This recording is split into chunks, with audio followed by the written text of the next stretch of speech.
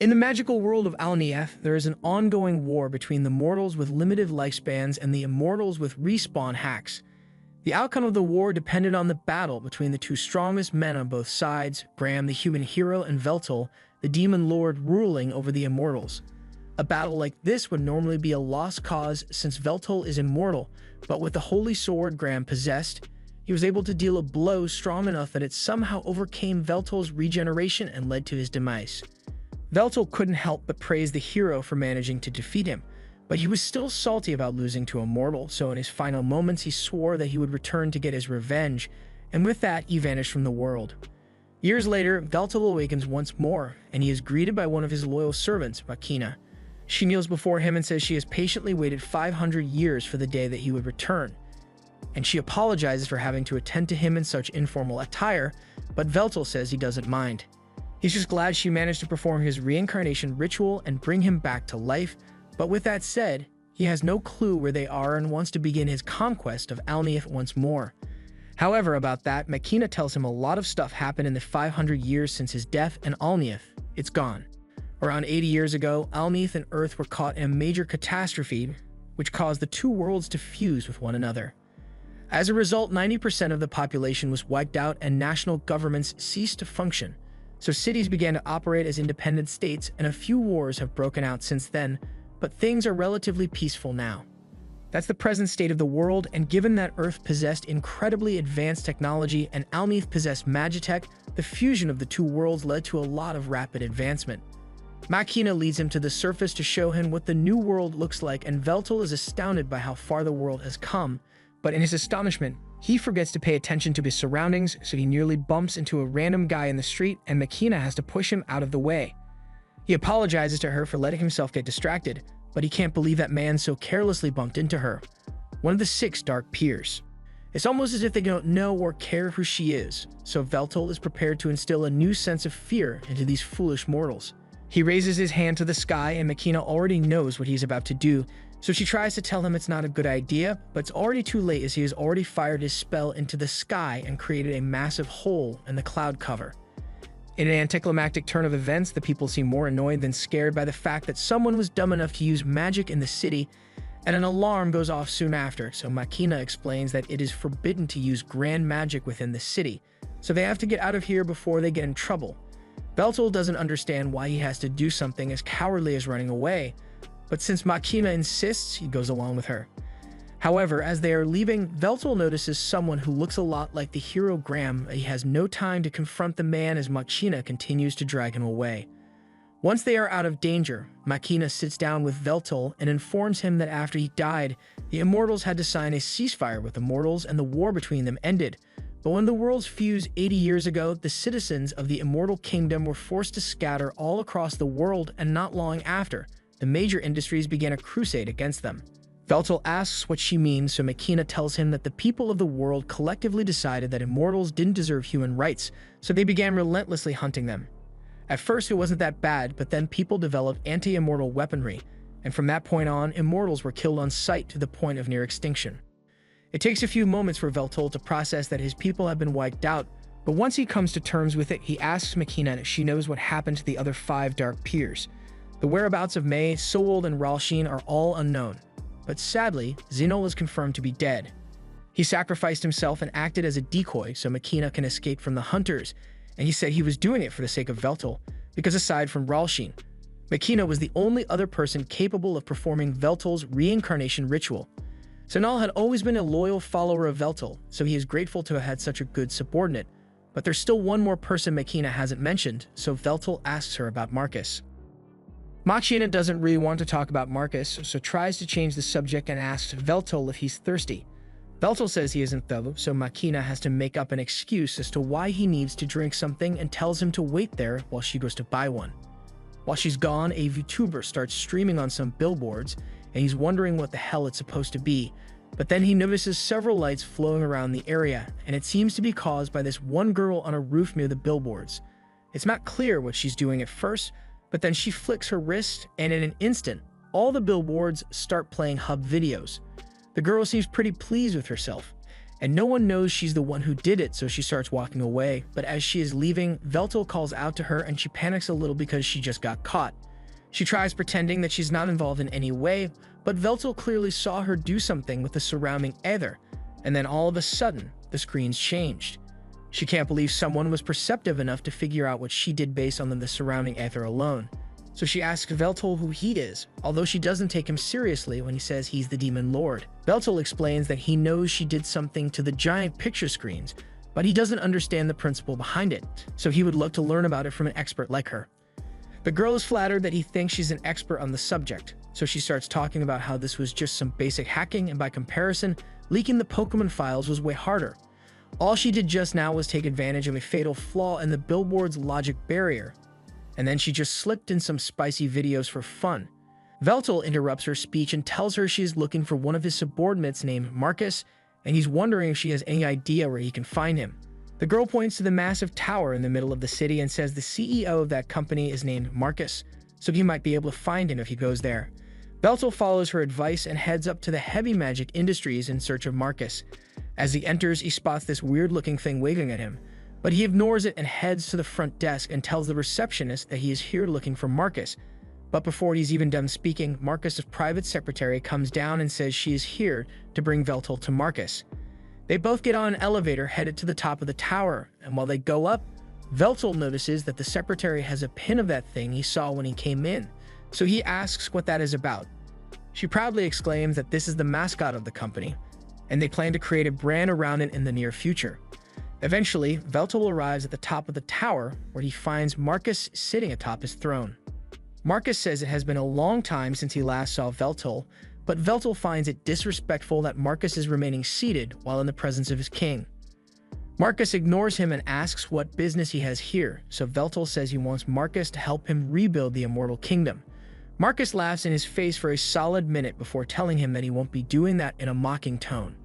Veltel feels insulted, so he prepares to teach Marcus a painful lesson in respect. However, before he can cast his spell, Marcus's assistant strikes at him with a blade, so he is forced to dodge out of the way. He is shocked that she is capable of using armament forging magic, but before she attacks again, Marcus tells her to stand down. He then turns to Veltel and tells him he has become weak because in his prime, he would never have felt threatened by magic of that scale. How exactly doesn't he intend to take over the world if a single human is able to give him so much trouble? Marcus refuses to serve a king who is so pitiful, so he tells Veltel to get out of his sight before he forces him. Veltel is enraged and begins casting a spell to take Marcus down, but before he can finish, Marcus has already cast his spell Breaker and Veltel is left in shock because Marcus was never gifted enough to outclass him in spell casting. Marcus has been waiting for this moment for years, so he takes great pleasure in telling Veltel that his strength is a relic of the past. He reveals the implant in the back of his neck, but Veltel doesn't know what that thing is, so Marcus pulls up an instructional video explaining everything about it. The device is called a Familia, and while using magic normally requires a 5-step process: initialization, construction, expansion, incantation, and proclamation. This device allows people to skip 3 steps, so now anyone, and I mean anyone, can use magic at high levels. And in case Veltel is getting any ideas about implanting a Familia of his own, Marcus specifically designed it to be incompatible with higher beings like Veltel. That means he can never use a Familia, and while his natural spellcasting speed is superhuman compared to AI spellcasting, he might as well be sending his spells by mail. Veltel asks why Marcus is doing all of this, so Marcus reveals that he had never liked Veltel from the very day they met. He was tyrannical, arrogant, and worst of all, he had the skills to warrant his arrogance, so Marcus could never oppose him back then, but that all changes now. He tells Veltel that it's about time for him to leave, so he begins launching several blood swords at him, and Veltel isn't able to dodge all of them, so he ends up getting stabbed several times and launched out of the window. Marcus has always wanted to do that, and now that he has finally triumphed over Veltel, he declares that he is the new Demon Lord. But all that aside, his secretary really wants to discuss the promotional ideas she has for the company mascot, so Marcus tells her to submit her ideas at the next planning meeting. Meanwhile, Veltel has crash-landed back into the city, and his regeneration is far slower than it used to be, so he's having a hard time recovering from his injury. He tries to walk out into the street, but he accidentally bumps into someone, and as a result, he gets into a fight that he immediately loses. Now look at him laid out in a pile of trash. and wondering why he keeps losing to mortals like he lost to Graham until Machina eventually finds him. Machina gets him onto a train and begins apologizing for hesitating to inform him of Marcus's betrayal, and because of her hesitation, he ended up being disgraced so badly. He tells her there's no need to apologize because even if she had told him, he would have still wanted to confirm it for himself. Once the train comes to a stop, Machina leads Veltol to the apartment building she lives in and tells him this is her home. Veltol thinks she means the entire building belongs to her, but Machina leads him into her small room and explains that this is where she really lives. Veltol thinks she is joking at first, but Machina is dead serious because this is all she can afford with her salary. Veltol realizes she has been living like this all this time while waiting for his return, so he pulls her close and thanks her because he will never forget the loyalty she has shown him. Centuries ago, Machina was being persecuted by the people of her time because after they found out that she was immortal, they naturally blamed her for all their problems and decided that the best course of action would be to throw her into a volcano. However, before Machina could hit the lava, Veltol appeared out of nowhere to save her. This was their first time meeting, and the only reason Veltol came was because he heard there was another immortal like him in the area, and after seeing Machina for the first time, he was not disappointed. He extended an offer to her to devote her body and soul to him. And from that day forward, Machina has remained loyal to Veltol. She soon wakes up to her alarm, and before Veltol wakes up, she heads to the kitchen to make breakfast. While waiting for the soup to boil, she calls on her virtual assistant, Eliclate, and a miniature version of herself appears in her field of view. It gives her a breakdown of the date, time, and current weather conditions. Machina asks Elec how she's doing, so Elec runs a full diagnostic check on her systems and reports that everything is in perfect working order, which is good, but that's now exactly what Machina was asking. Machina finishes up with breakfast, and once she is done, she goes to wake Veltol up and serves him the food. He's never seen food like this before, but just by its smell, he can tell that it is going to taste great. He picks up the chopsticks to try it, and sure enough, he loves the food Machina made for him, and hearing it makes her extremely happy. Once he is done eating, Veltol asks if Machina knows of the location of any other immortals, and she does know of a few other immortals who managed to escape the immortal hunts. But recently, immortals have been going missing, and Machina has even lost contact with two of her close aides, Ornard and Palmlock. She hopes they just went into hiding, but with no way of contacting them, she can't be sure. Veltol asks if immortal hunts still happen, but she answers that the hunts actually ended decades ago. The hunts were started by Marcus to secure his position at the top, and now that he has all the power, he has no reason to continue. The resentment people had towards immortals has also dwindled over the years, so it's not particularly dangerous to be seen outside. After Machina's aides went missing, she went to their apartment to check up on them, and the place was a mess, so she assumes a fight happened. But the only clue she could find was this note with the words Immortal Furnace written on it. As Veltol reads the message, he reaches for his cup of tea, but a sudden sharp pain causes him to flinch, so he spills it everywhere. It seems that he still hasn't fully healed from the injuries he sustained yesterday, and it's not just his regeneration that got weaker, everything about him is weaker than it used to be. Even that spell he cast her when he first arrived would have had a much greater effect if Veltol were at full power, and Machina attributes this to the fact that the faith Veltol used as power during his prime no longer exists. As of now, he is only spoken of in history books. Without recognition, Veltol's powers will never truly return to him, but he thinks that should be easy enough to solve as he just has to make himself known once more. With that said, he tells Machina that he wants to head out and explore the surrounding area since sitting around all day would be bad for him. So Machina suggests that the two of them should go shopping. Out in the city, the first thing they should do is get Veltol a set of good street clothes, so they walk into a store and Machina asks him to step on the platform so the machine can take a 3D scan of his body. She apologizes for being limited to cheap store clothes due to her budget, but Veltol tells her he doesn't mind since his natural beauty would look good in any attire. After taking his measurements, she asks if Veltol has any preferences, but he doesn't know much about the style of the current era, so he leaves the choice up to Machina. Machina decides to ask Elec to make the most optimal choice for Veltol, taking into account budget and practicality, so after a bit of processing, Elec settles on a tracksuit. Machina doesn't think a tracksuit would be a good idea, but once Veltol sees it, he absolutely loves the way it looks, and he is even more intrigued by the design on the back. So Machina explains it's an old language used by the people who used to live on this land, and the symbols on the jacket spell out Demon Lord. Since Veltol seems to like it, she takes the tracksuit for him and walks out of the store. But before she leaves, he gets her attention because they haven't paid for it yet. However, Machina explains that all transactions are performed automatically. After that, they have some food at a fast food joint, and while they are sitting together, Veltol asks Machina what it's like to have a Familia installed. Marcus's betrayal aside, the Familia is without a doubt a revolutionary device, so he is curious about it. Makina explains that it is really convenient since it not only allows for easier use of magic, but it can also be used to gather information, go shopping, or even communicate. Before Familias were mainstream, people had smartphones to do these things, but it was really inconvenient to have to hold it. Veltal asks her to let him see it, so he turns her around and begins touching it. Makina is a little startled at first, but she's actually really enjoying this, so much so that her Familia has to warn her that her heart rate just spiked. Once he is done inspecting it, Veltal asks her if it isn't uncomfortable having the Familia installed in the nape of her neck. And while it felt strange at first, she got used to it once it became illegal for companies to stream ads straight into people's heads.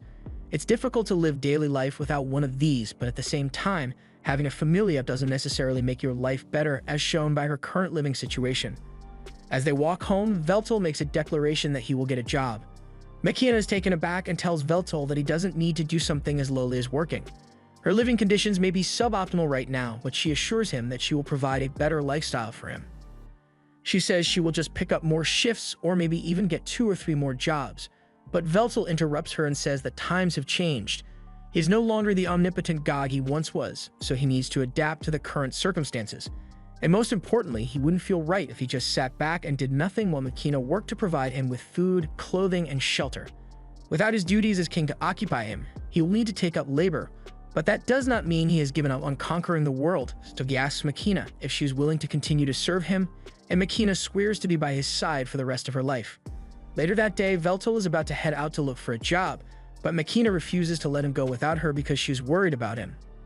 Veltal tells her she can't come since she has her own job to worry about, but Makina says she can just call off for the day so she can go with him. Veltal refuses to let her do that, so he reminds her that in the unlikely event that he fails to find a job, he would have to rely on her income, so she can't just skip out on her job. Makina agrees to let him go on his own, but for safety, she hands Veltal a device that comes with a little money in case of emergencies.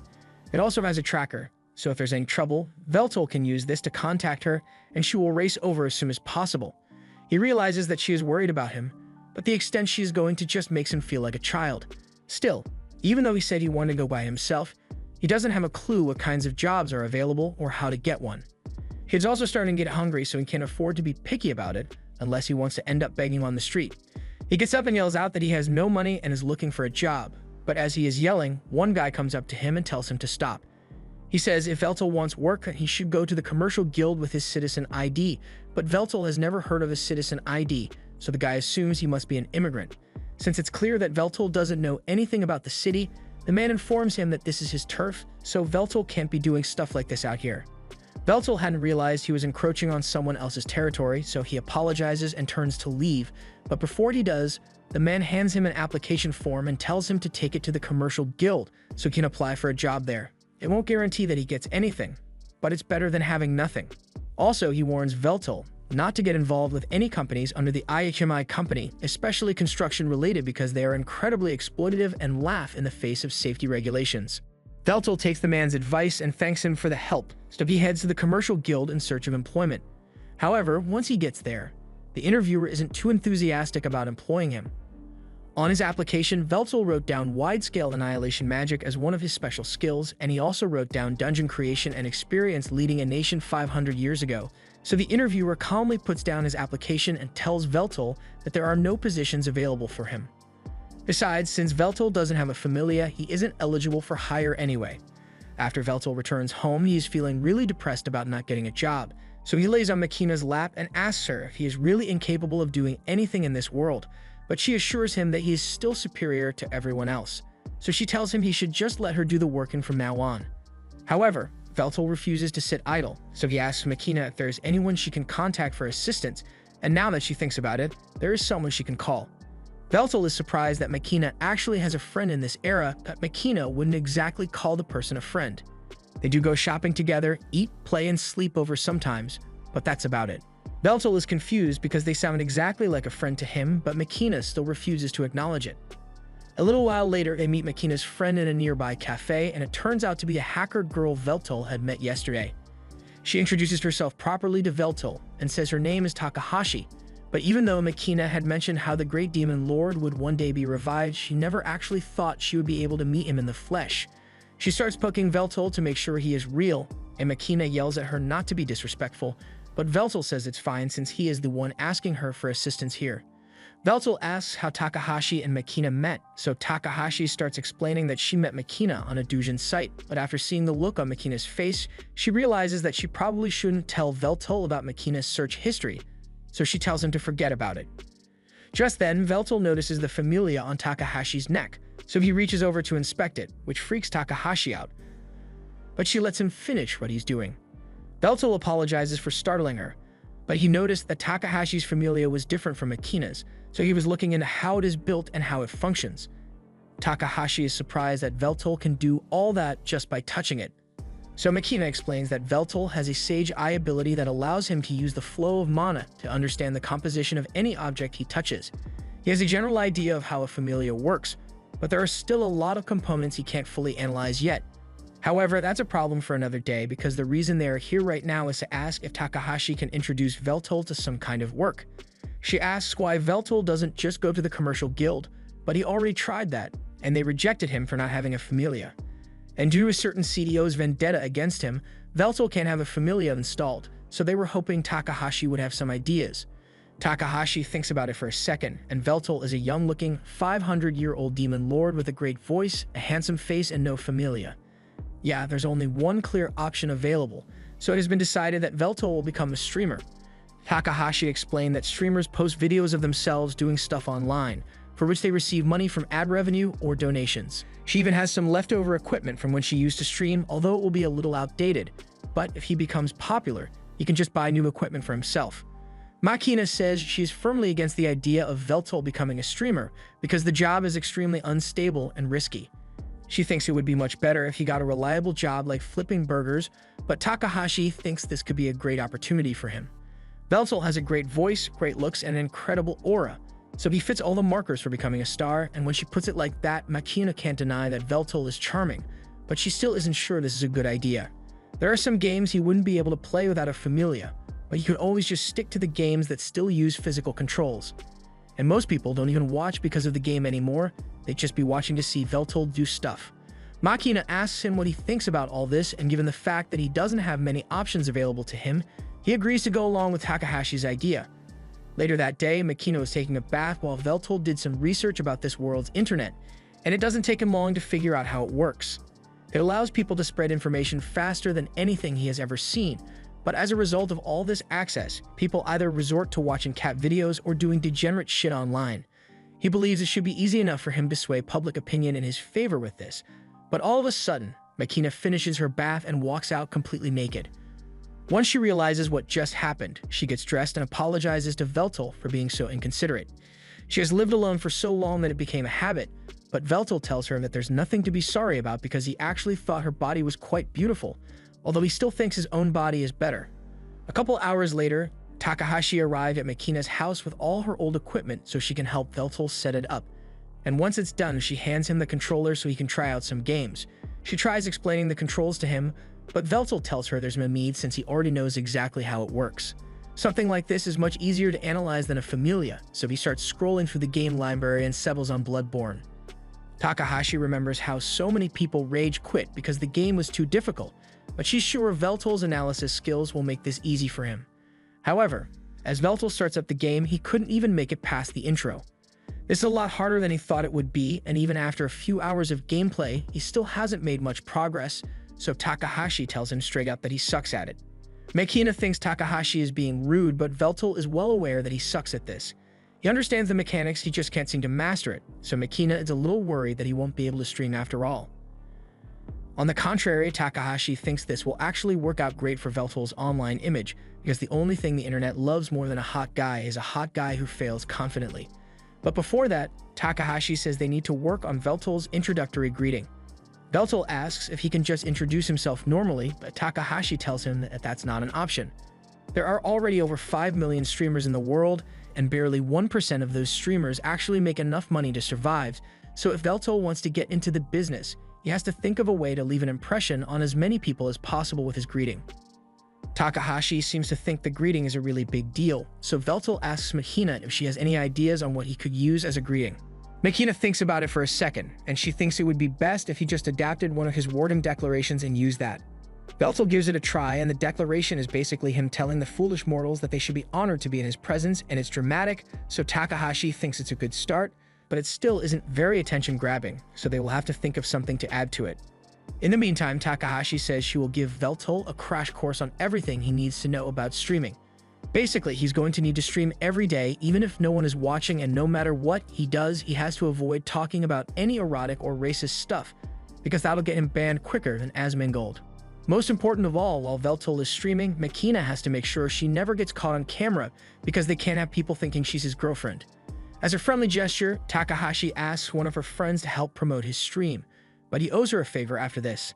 Time goes on, and Veltal starts becoming more and more popular, but when the trolls inevitably invade his stream, he is absolutely unfazed and even encourages them to keep roasting him.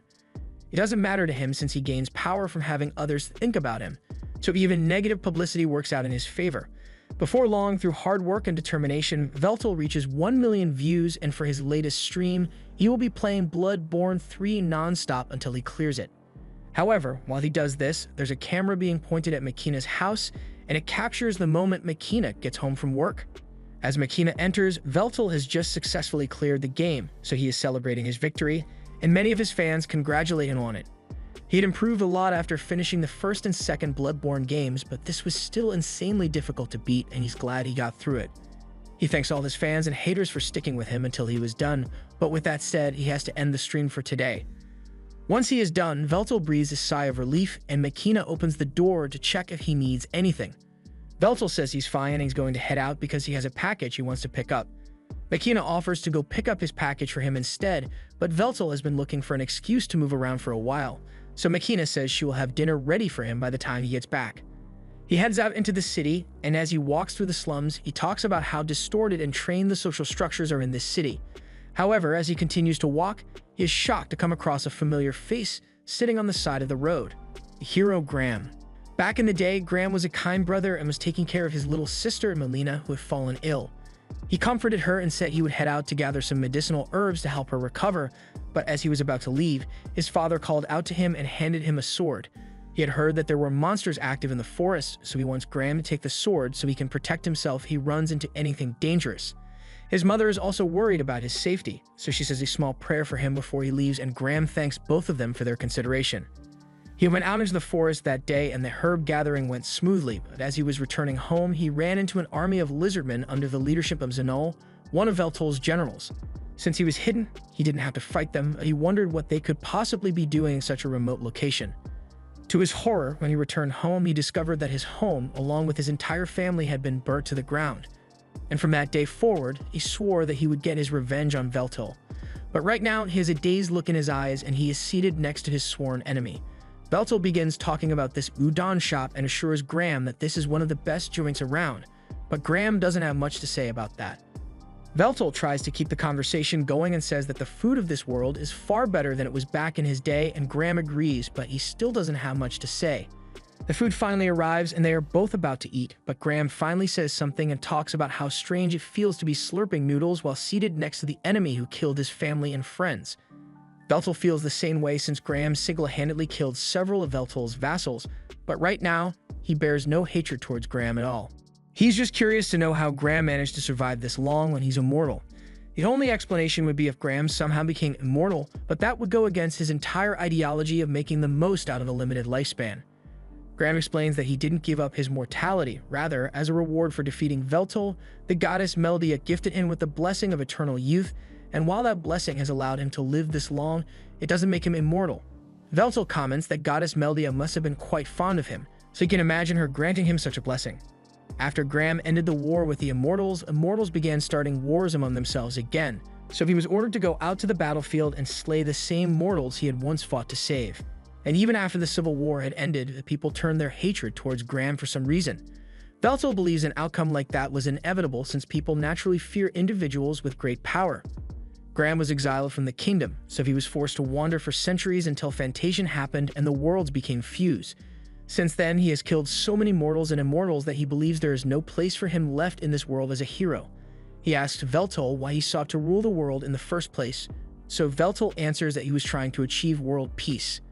There are several ways one can become an immortal, like phoenixes, curses, or blessings, so aside from a few rare exceptions, all immortals used to be mortal at some point. Still, mortals constantly ostracized and persecuted immortals because they were different, and the immortals were no better because they did the exact same thing to the mortals. The lesson Veltal took from this was that no matter what you are, people will always hate and fear that which is different. So he believed that the only way to bring about world peace was to stand at the top of the world and rule it to make sure no one had to suffer such persecution. Graham doesn't believe peace through world domination would work, but he also can't deny that people left on their own will never achieve peace because he has experienced the senseless persecution and wars firsthand. Even so, he still refuses to admit that Veltal is right, so Veltal accepts that Graham will never agree with him. Graham gets up to leave and thanks Veltal for the noodles, but before he goes, he tells Veltal that he is glad he got the chance to speak with him. Veltal gets up to leave as well, and while walking down the street, he notices Takahashi down in an alley, and she seems to be in some kind of trouble. She apparently hired this ogre for a job, but now he is trying to extort twice the pay from her. Takahashi tells him he's stupid if he thinks she's going to give him that much money, but the ogre is totally prepared to beat her up if he doesn't get what he wants, so he raises his hand and is about to punch her. However, Veltal grabs his arm and tells him to leave Takahashi alone. He is feeling generous today, so he is willing to overlook the ogre's disrespect, but the ogre recognizes Veltal as the guy he beat up a while ago, so he isn't scared of him. He says he's going to kill Veltal this time, so Takahashi tries telling Veltal to run before he gets hurt, but Veltal says it's fine since he has been meaning to test out how much power he has regained from his 1 million subscribers. As the ogre tries to punch him, Veltal stretches out his hand and catches the punch, but then the ogre activates wind magic and completely shatters Veltal's arm. However, with his powers partially restored, Veltal is able to regenerate his arm instantly and flicks the ogre into a pile of trash. The guy's out cold and Veltal is honestly disappointed since he was expecting more of a fight. Takahashi comes up to him and asks if he is alright, and Veltal says he is perfectly fine, but he wants to know who that guy was and why he was attacking her. Takahashi explains that he was supposed to be her bodyguard for a big job today, but all of a sudden, he started making ridiculous demands. He didn't know the guy was supposed to be her bodyguard, so he apologizes for knocking him out, but Takahashi says it's alright since she just found someone even better. She asked Veltal to become her bodyguard for the day, and she even offers to pay him for it too. So since he owes her a favor, Veltal agrees. Takahashi leads him to the location and tells him that she is trying to steal something from this warehouse, so she needs him to create a distraction while she gets it. Veltal says he understands the objective, but before Takahashi can give him any more instructions, he gets up and despite Takahashi trying to stop him, he has already kicked down the door to a major Yakuza operation. Veltal doesn't really know what he's supposed to be doing here, so he asks Takahashi over the comms if the cube in the table is the target. Takahashi tells him it is, but she's also confused as to how he's communicating with her since he doesn't have a familia. Veltal proudly states that he just copied the communication ether that the familia produces so it can reproduce the feature of magic. Anyway, since there aren't that many enemies here, Veltal says he will subdue them and claim the cube for Takahashi, but before he does anything, she asks him to make sure he doesn't kill anyone. Veltal agrees to hold back, so before the fight begins, he announces himself using his stream greeting. However, none of the Yakuza members have seen his stream, so it just makes things really awkward. If there are still people who don't recognize him, Veltal is going to have to work a lot harder to make his name known. But for now, his million subscribers worth of power should be more than enough to take these guys down. The Yakuza are still confused about what's going on, but they assume Veltal must just be some crazy guy, so one of them pulls out a magic gun and fires it at him. However, Veltal isn't fazed by this and uses strengthening magic on himself so he can deflect the bullets. Once the Yakuza member runs out of ammo, Veltal goes on the offensive and begins knocking the Yakuza members out one after the other with minimal effort.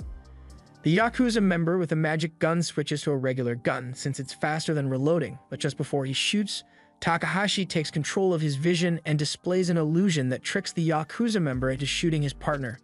Veltal then knocks the last guy out, and with all of them unconscious, the mission is practically over. Veltal goes over to one of the Yakuza members and begins inspecting their gun, which uses some kind of card as ammunition. Takahashi is impressed with how easily Veltal took out those Yakuza, but they should really grab the box and get out of here before they get themselves into more trouble than they accounted for. She says she is on her way to meet up with Veltal, but he tells her to stay where she is because it looks like trouble just arrived. Whatever it is, it begins attacking Veltal, all it's covered with some sort of invisibility cloak, so to even the playing field, Veltal uses the magic gun to blast the cloak off, revealing a giant mech suit. Takahashi recognizes this as 4th generation Magino gear, and it couldn't possibly belong to the Yakuza because these things are far too expensive for them to own. This is the first time Veltal has ever seen something like this before, and he is eager to test his strength against it, so he begins by firing the magic gun at it. Predictably, the magic gun does absolutely nothing against the giant mech, but the assailant decides to follow Veltal's lead and pulls out a magic gun of his own. But his is a lot more powerful. He tries to shoot Veltal, but Veltal is too quick for him and manages to sneak into a blind spot above the mech. By the time the assailant finally locates and locks onto him, Veltal is already in position and fires a powerful blast of his straight at the mech. At full power, he could have easily one-shot the mech, but while Veltal's blast was certainly strong at his current power level, he knows it was nowhere near strong enough to defeat a foe like the mech. Although that doesn't mean he can't win this fight, because if blasts don't work, he will just have to go for close combat, so he summons a sword. The mech matches Veltal and converts its gun into a sword, so the two charge at each other and clash in a magnificent display of strength and animation budget. Veltal is having a lot of fun with this fight. As things drag on, the mech gets serious, and before Veltal even realizes what's going on, his arm gets chopped off and he gets beheaded. With Veltal seemingly dead, the guy in the mech begins to report that his target has been eliminated. But then the guy freaks out because Veltal's decapitated head starts talking to him. Veltal praises him for being skilled enough to behead the Demon Lord, but he still lacks the combat experience to know that you always double tap your enemy to make sure they are dead. In any case, Veltal believes the guy deserves a reward for fighting so well, so Veltal says he will allow the mech pilot the honor of witnessing the strongest weapon within his arsenal. A terrifying aura is emanated as Veltal summons the great sword, Vernal, and the mech pilot is so stunned that he can barely move. He has never fought anyone who possessed such strength, and he is completely defenseless as Veltal cuts his limbs off one by one until he falls to the ground with only one leg left. Veltal made sure to avoid hitting any vital organs, so the guy inside there should still be alive, and he plans to interrogate him, but before he does, the guy in the mech sends one final report back to HQ, saying he failed to eliminate the target and failed to retrieve the objective, so he will now be executing code 8090. And if you're wondering what 8090 means, let's just say there was a gun installed in the helmet of the suit to make sure the pilot can't be interrogated. After that's over, Takahashi comes out of her hiding spot and she's glad Veltal is alright, but it was really freaky to see him get his head chopped off. Although Veltal doesn't seem to think it was a big deal. He's more surprised that weaponry exists that could enhance an individual's power to such an extent, so he says this time period is truly terrifying. However, Takahashi thinks Veltal is the terrifying one because he just single-handedly destroyed a Magino gear, and these things are strong enough to wipe out entire countries if needed. This also happens to be one made by Marcus's company, and Takahashi knows the Yakuza would never be able to get their hands on one of the suits, so she's starting to worry that this mission might be more trouble than she bargained for. That aside, Veltal is still curious why they went through so much effort just to acquire a cube, so Takahashi explains to him that the cube is actually a storage device, and what her client is after is the information inside the cube. Takahashi says they can take a look at data if Veltal wants, so she pulls out a cube reader and places the cube on it. At first, the only thing that appears is a blank page, but after a little tweaking from Takahashi, the cube opens up and a list of names appears on the list. Takahashi has no idea what to make of this list of names, but Veltal recognizes the people on this list to be his immortal subjects.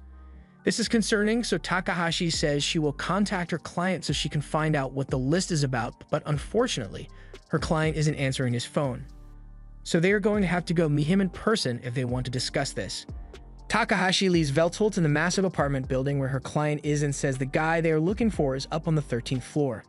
As they walk up to the front door, Takahashi uses her hacking skills to bypass the security system so they are allowed entry even though they aren't residents here, and she is really proud of herself for it too since there's no security system out there that she can't bypass. As Veltal and Takahashi get in the elevator, Takahashi is about to push the elevator button, but Veltal stops her and says he wants to do it instead. Takahashi doesn't mind letting him push the button, but she asks why he wants to do it, and Veltal doesn't really have a reason for it, he just likes pushing buttons. He begins pushing the button for the 13th floor, but Takahashi forgot to mention that this elevator doesn't allow you to get to the 13th floor directly. First, you'd have to go to the second floor, then the 17th, then back to the 4th, and so on until you eventually get to the 13th floor. Since they are here, Veltal starts walking out of the elevator, but Takahashi tells him to wait since her client Eiju is a pretty paranoid guy, so he had dozens of traps laid across the entire floor, and if Veltal accidentally sets one of the traps off, he's going to become minced meat.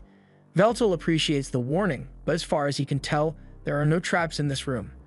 Although, it would be more accurate to say that all the physical and magical traps have been disarmed. Takahashi is surprised that Veltal could figure that out so easily, but part of his duties as Demon Lord included building and maintaining dungeons, so discerning the layout of traps is a trivial matter for him. They continue walking until they finally get to Eiju's front door and Takahashi rings the bell, but surprisingly, he doesn't answer. Takahashi can understand him ignoring phone calls, but he usually always answers his front door. However, upon closer inspection, Veltal realizes that the door isn't even locked in the first place. This raises a red flag for Takahashi since Eiju would never do something as careless as leave his front door unlocked. Veltal suggests they should proceed with caution since they don't know what they will find in there, so Takahashi leads the way and heads towards Eiju's workroom. There she finds Eiju in his chair, but when she gets a little closer to him, she discovers that he is drenched in blood and completely lifeless. Takahashi freaks out at first, but Veltal calms her down and goes over to inspect the body. He remembers seeing this guy's face somewhere before, although he was wearing a bunch of trash at the time. Takahashi says that sounds like something Eiju would do since he would often dress as a hobo whenever he went out to gather information. There's an obvious stab wound in Eiju's chest and another one in his neck, but judging from the state of the blood around him, Veltal assumes it has only been a few days since Eiju was killed. A man like Eiju may have had many enemies, but the way he was murdered was too efficient for it to have been done out of hatred. It is way more likely that a hitman was hired to take Eiju out, especially since the killer went through the effort of destroying Eiju's familia. Someone must be trying to cover up whatever information Eiju had. It probably had something to do with the job Takahashi accepted from him, but it's not like they can get any information from him now that he's dead. Takahashi thinks for a second and begins searching around Eiju's room, because his seasoned information broker/hacker would definitely hide some sort of offline storage devices nearby for extra data security. After searching for a bit, she discovers a laptop in a hidden desk drawer, and this looks like it might have the answers they are looking for, but when she turns it on, she finds all the files in a corrupted mess. It may look that way, but Veltal notices that the files are all arranged in a very specific order, so Takahashi is able to compile until she uncovers a video. Eiju made this video in case he was killed before he could complete his investigation, and he didn't know who would end up watching it. But he wanted to make sure at least one person knew the truth because the prosperity of this city was built upon terrifying evil. All the power in this city relies on the Aether reactor in the center of the city, but with the enormous scale of the city, the reactor would need at least 10 mana ley lines to draw power from in order to meet the energy demands. However, there are only 2 ley lines in this area, yet the reactor never seems to run out of energy, so it stands to reason that the reactor is drawing power from another source. And this secondary power source is called the Immortal Furnace Project. Essentially, the furnace burns the souls of immortals like firewood and converts the resulting energy into ether for the city. And since immortals are higher beings, a single immortal's soul produces a lot of energy, way more than the souls of thousands of mortals would ever be able to generate. The data Eiju found showed that Marcus's company employed desperate homeless people as construction workers for the Immortal Furnace, but once construction was done, all the workers suddenly disappeared, and Eiju believes they were all killed so they could be fed to the furnace as well. One of the first immortals to be fed to the furnace was one of Veltal's close subordinates, Zenol, and this greatly angers Veltal. The whole immortal hunt was a scheme by Marcus to turn the world against immortals so people would accept their execution, and he could burn immortal souls in the furnace, although the public was never made aware that this was how he killed them. Recently, Marcus made a deal to buy information about some immortals from the Yakuza, and that probably means he's running low on immortal souls to burn, so he's looking for new victims. If the furnace runs out of immortal fuel, then the heart of the city would cease to exist as people know it. But even so, Eiju thinks it's wrong that innocent immortals are being sacrificed to power the city. After the video ends, Takahashi is enraged by the revelation that immortals are being treated so badly, but there's not much she can do about it since even if she were to try and publicize this information, it is likely she would just end up dead just like Eiju over here. Veltal tells her that this is a problem for immortals, and as the king of immortals, it is his duty to do something about it, so she doesn't need to burden herself with this. For now, they decide to inform city officials of Aju's death so he can receive a proper burial. And as they leave, Veltal tries to contact Makina so he can inform her of the immortal furnace. But to his horror, she isn't responding to his calls. Something must have happened to her. While Veltal was busy on his errand, Makina looked in the fridge to see what she could make for dinner by the time he got back, but it was still the same stuff in there as last time. On the bright side, Alec tells her she should be able to make some good curry with the ingredients she's got on hand. Just then, the doorbell rings, so she gets up to go answer it. But to her utter disgust and disappointment, it turns out to be Marcus. After what Marcus has done, the only appropriate response is violence on sight, so Makina hits him with a massive burst of fire. Marcus is engulfed in flames and sent flying backwards. But he is just as immortal as she is, so a little fire isn't going to be enough to end him. Makina completely transforms and steps out of the house to face him because she already knows he's up to no good. Before the fight begins, Makina disconnects her familia from the network so Marcus won't be able to access it, and after that, the two of them begin launching magic weapon attacks at each other. It looks like it's been fairly even so far, but then while Marcus is distracted, Makina gets in close and grabs onto one of his arms, causing it to explode and come off entirely. She managed to catch Marcus off guard with that one, but a few seconds later, he has already regenerated his arm. He then casts a bloody sword rain area attack and causes a massive explosion of his own, but thanks to the shield Makina put up, she was completely unharmed. However, she can't say the same for the house since she doesn't have fire insurance. Just then, Marcus's secretary leaps out of the smoke and tries to finish Makina off with a sneak attack, but Makina is too quick for her, so the only thing the secretary slashes is an illusion. Makina had expected Marcus to be too cowardly to come alone, so she prepares a spell to burn the secretary to ash. However, before she can complete it, Marcus calls out Codebreaker, and all of a sudden, Makina's familia stops working. This leaves Makina disoriented, so the secretary takes advantage of the opening and stabs Makina through the chest while she's distracted. Makina collapses to the ground and she isn't getting back up anytime soon. Now that the fight is over, the secretary scolds Marcus for being acting so recklessly since Makina could have easily killed her back there.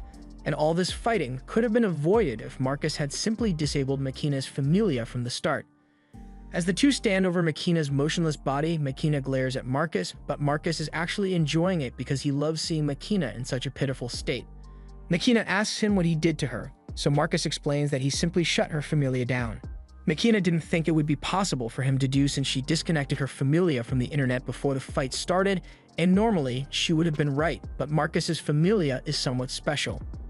It's a new prototype that was designed specifically to be more advanced than the modern familias. All modern familias have an inbuilt backdoor that allows access to the system, and as the director of IHMI, he has admin access to every familia in the city, so he can forcibly shut any familia down if he chooses to. That means that no one can defeat him since he can shut down all familia users, and you would outclass all non-familia users in casting speed, and if no one is capable of defeating him, then that means he is the strongest in the world. That may be true, but Makina doesn't understand why Marcus is so obsessed with being the strongest since he has nothing to gain from it. But Marcus has his reasons. He wants to become the new demon lord, and he doesn't intend to achieve that status through brute force like Veltal did. In this era, all you need is information and technology, so if you control those, then you control the world. However, controlling the world from behind the scenes would be too boring for someone like him, so he intends to absolutely dominate the world. Far more than Veltal ever managed to dominate during his prime. Just then, the secretary reminds Marcus that they didn't schedule any time for a monologue, so they are running late on his next appointment. Marcus decides to wrap things up here quickly, so it's time for Makina to become fuel for the immortal furnace. By the time Veltal and Takahashi return home, they find the entire place destroyed with no traces of Makina whatsoever. The only thing left is a scorched game controller, and Veltal is absolutely devastated because Makina was the person he cared for the most in this world. He's completely zoned out in grief, so Takahashi asks him if he's alright and Veltal snaps back to reality. They aren't going to solve anything by standing around, so Veltal asks if there's any information about what happened here. According to the social media reports, people are speculating that some sort of explosion took place, but the details are pretty hazy, so there's no way of knowing how much of it is actually true. Veltal wishes there were some way for him to at least figure out where Makina is right now, but since they are unable to contact her directly, Takahashi looks for another way to locate Makina, and it's going to involve the drones. Since this place is a slum, there aren't a lot of security drones passing throughout, but there are a lot of delivery drones though, and those drones have cameras on them, so all she needs to do is hack into their systems and take a look at the video data. Within a few moments, Takahashi gains access to the drone systems, and from the video feed, they can see the battle that took place here, and that Marcus was the one behind it. They can't tell what Marcus was saying, but after defeating Makina, he and his secretary took her and drove to a restricted section of the city reactor. And that can only mean that he intends to burn Makina's soul to power the city. Veltal thanks Takahashi for the valuable information and starts walking in the direction of the reactor, but Takahashi tells him to wait and think this through. She understands why he would want to rush in there to save Makina before it's too late, but that reactor is the most secure location in the entire city, and has dozens of Magino gears patrolling the area, so Veltal won't be able to handle it on his own. And while Takahashi can certainly help him get there, she isn't much of a fighter, so he would need to find someone who's strong enough to help him. But Veltal doesn't have many remaining allies in this era, although there is one person he can think of who might be perfect for this rescue operation.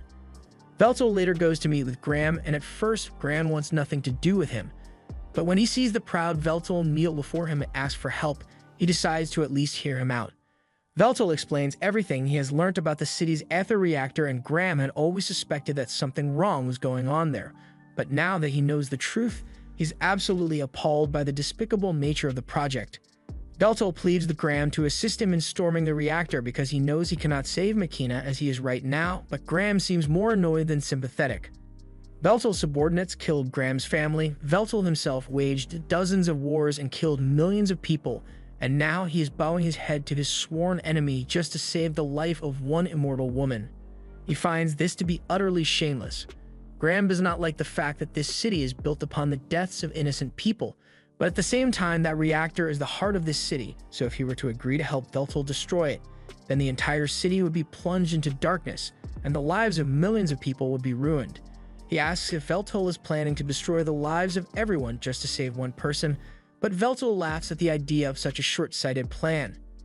He is no fool, so he has obviously thought about the consequences of his actions, and that's why he intends to both save Makina and fix the problems of this city. However, right now he does not possess the power or support necessary to do so, so he has no choice but to humbly ask his former enemy for help, and the confidence behind Veltal's words convinces Graham to get up and act as a hero once more.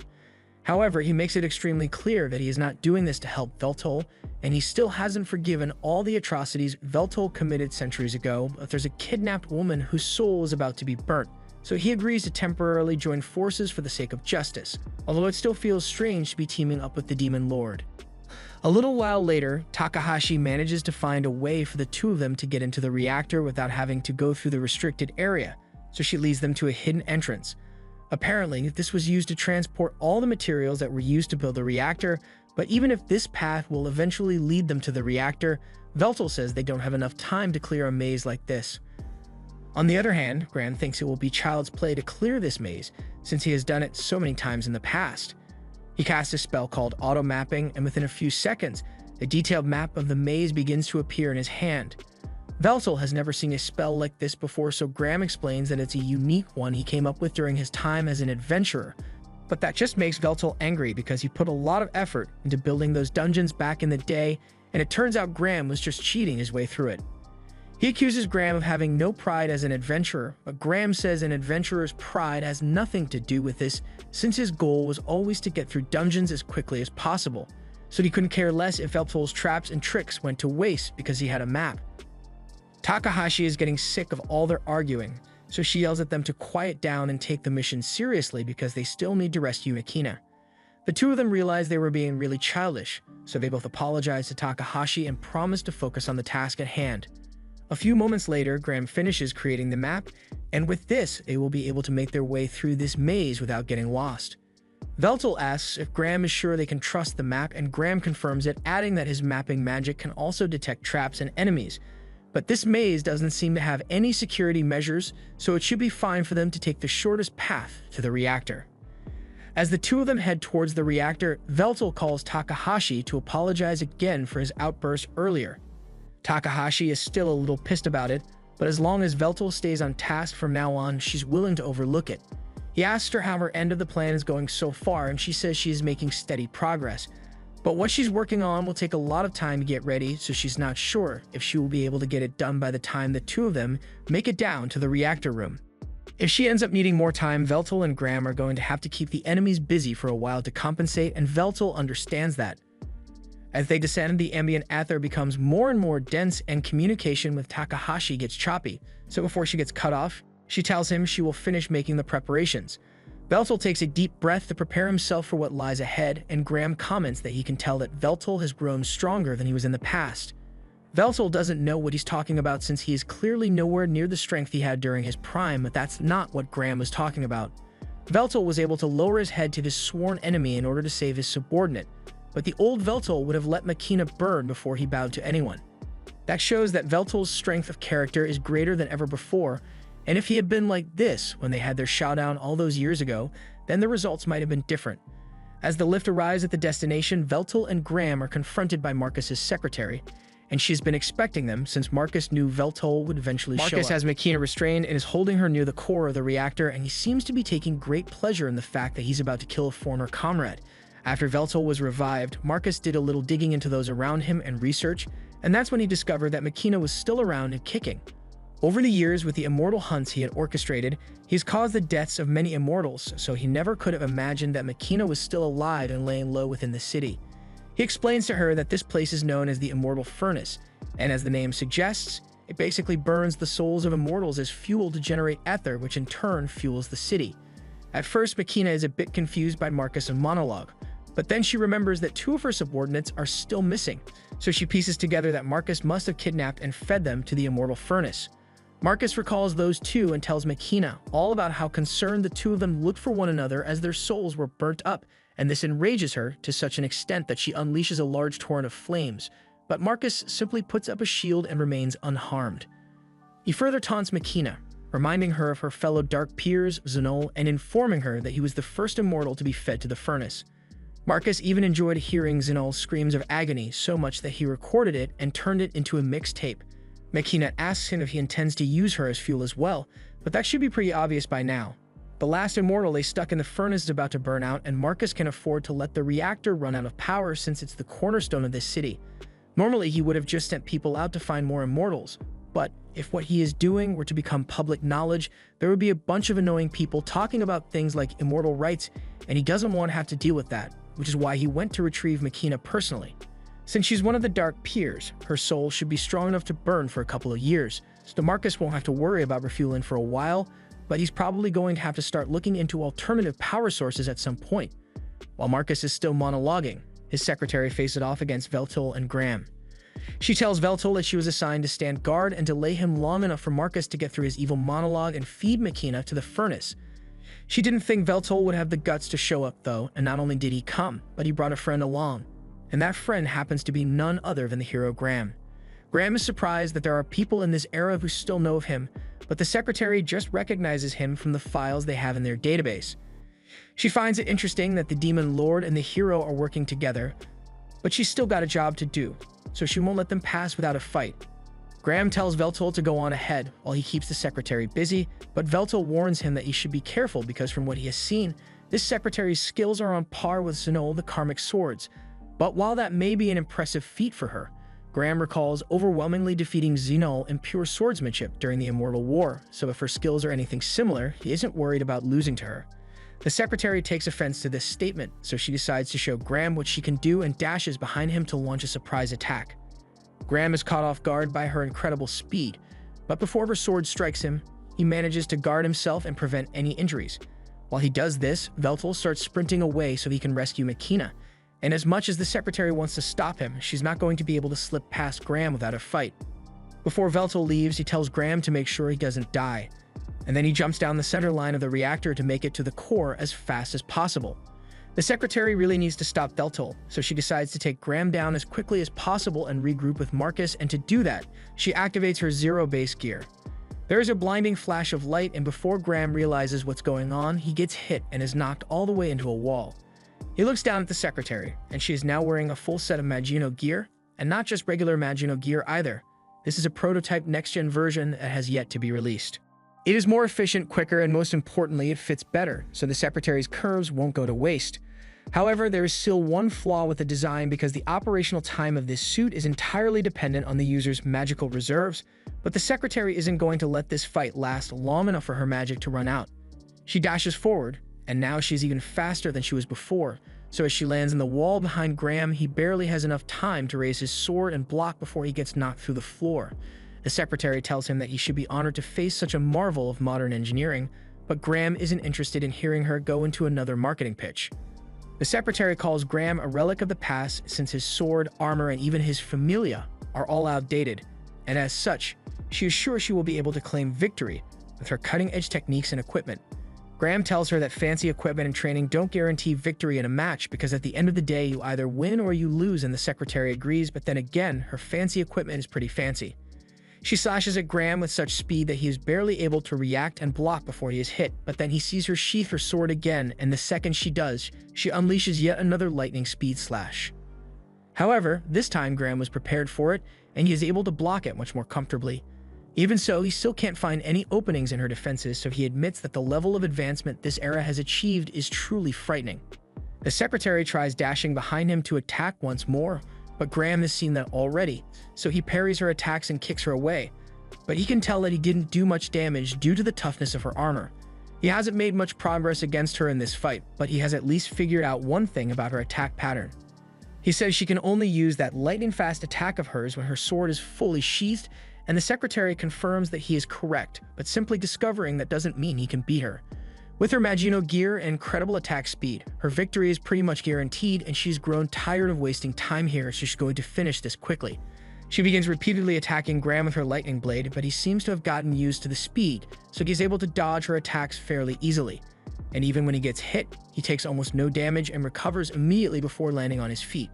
The secretary charges at him again, but this time, while their blades are locked, she tries to hack into Graham's familia to shut his body down. But for some reason, she can't gain access, so she assumes Graham must have implemented some safeguards against hacking.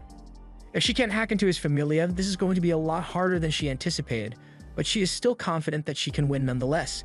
However, while she's in the middle of saying this, Graham decides to go offensive, so he steps on her sword to hold her in place and casts an earth glaive that sends shards of rock flying at her. The secretary manages to free herself without much trouble, but Graham hasn't finished yet. In the next second, he casts an ice spell to freeze the rocks in place along with the secretary, and while he knows it won't be enough to hold her for long, he just needed her to stay in one place long enough for him to get close and multi-layer cast a fireball at point-blank range. The force of the explosion is so powerful that it sends the secretary flying backwards into the wall, but despite all the fireworks, she's still mostly unharmed, although she's really pissed that a relic of the past like Graham is giving her such a difficult time. Graham is amazed that a fireball of that level didn't do more damage, but at least he knows his tactics are still effective against her. The secretary is enraged and sprints forward in a frenzied attack, but all of her strikes are parried, and Graham connects cleanly with a slash to the chest, although it still doesn't get through the armor. She gets pushed back, and she doesn't understand how she could possibly be losing to a fossil like Graham. But even if Graham is old, he is still the hero who single-handedly ended the Immortal War, so there's no way something like this would be able to beat him. She decides to try one final attack and puts all her mana into her lightning strike because she couldn't possibly lose a full power clash against that rusty sword Graham is holding, but Graham corrects her and says his sword isn't rusty. It may be dormant right now, but as long as there is someone in need of a hero, it will always regain its light. Graham calls upon the power of the Exasword for the first time in centuries, and after a brief confirmation of Graham's noble intentions, the sword grants him permission to use its power, so he squares up against the secretary and tells her he is about to use his ultimate technique, the very same one that killed Veltal all those years ago. The secretary still tries her best to defeat Graham, but when she sees the size of his sword light growing, she realizes she isn't getting paid enough to deal with all this. But it's too late by then, so Graham unleashes his attack. It is still insanely powerful, so even though the sword only allowed him to use a fraction of the power that he possessed in his prime, Graham was still able to completely destroy the secretary's Magino gear with that one weakened strike. And it's honestly impressive that she managed to survive getting hit with it in the first place. The secretary has finally realized that she can't beat Graham, but she still doesn't understand why she lost to him. So Graham sits down next to her and explains that her defeat was mainly because of the difference in experience, especially since he has over 500 years of experience. The secretary asks why Graham is getting up to go help Veltal fight Marcus, but Graham thinks Veltal will be just fine on his own. She tells Graham that Veltal stands no chance against Marcus since Marcus is much stronger than her, and on top of that, no one without a familia will be capable of defeating or keeping up with Marcus in the first place. Graham tells her she is severely underestimating Veltal, although he understands why she would think Veltal is weaker than Marcus since she has never seen Veltal's trump card. The only person who knows about it is Graham since he had to fight Veltal to the death, but Veltal rarely ever used it, so even Marcus probably isn't aware of Veltal's legendary sword. Graham was only here to make sure that people like the Secretary don't interfere with Veltal's fight, so he is sure Veltal will come out victorious. If that's the case, then the Secretary asks Graham if he is going to kill her, but he says he's not. He's a hero and the Secretary is too injured to continue fighting him, so he has no reason to finish her off. Just then, magic bullets begin raining down on the two, so Graham uses his magic to cast a shield to keep them safe. It looks like reinforcements have arrived, but they were more than willing to shoot the Secretary along with Graham, so something tells him that she is in as much danger as he is. And if that's the case, what kind of hero would he be if he didn't protect an injured woman to the best of his abilities? Meanwhile, down in the core, Marcus has Makina by the throat and is just about done with his monologue, so he throws Makina into the furnace so her soul can be burnt up. But as she plummets to her certain doom, the only thing in Makina's mind is the fact that she will no longer be able to stand at Veltal's side. However, just before she hits the furnace, a cloud of black smoke rushes down and catches her. It then flies back up to the platform, and as Makina opens her eyes, she sees Veltal standing over her, saying he is here to save her. He turns to face Marcus, and Marcus is visibly annoyed by Veltal's presence, but he decides to pretend to be civil for a little while and mentions that he's been watching Veltal's streams lately, so he congratulates him for gaining 1 million subs. Veltal refuses to engage in idle chit-chat, but he wants to be fair about this, so he asks Marcus if he has any justifiable reason for attacking Makina and burning the souls of so many immortals. Marcus proudly states that he doesn't need to justify his actions to Veltal, so Veltal only has one more question to ask. He wants to know if Marcus will ever swear his loyalty to him again, but without skipping a beat, Marcus declares that he will never serve under Veltal for as long as he lives. Veltal has heard all he needs to hear, so he summons his demonic sword and declares that he will end Marcus's immortal life today. Marcus isn't fazed by Veltal's threat in the slightest, so he begins casting blood spears at Veltal, and even though Veltal is able to deflect them, Marcus makes the spears explode to catch him off guard and pulls out a blood sword so he can fight in close range. Veltal makes it out of the explosion unharmed, so he charges at Marcus, and Marcus notices that Veltal already has strengthening magic cast on himself.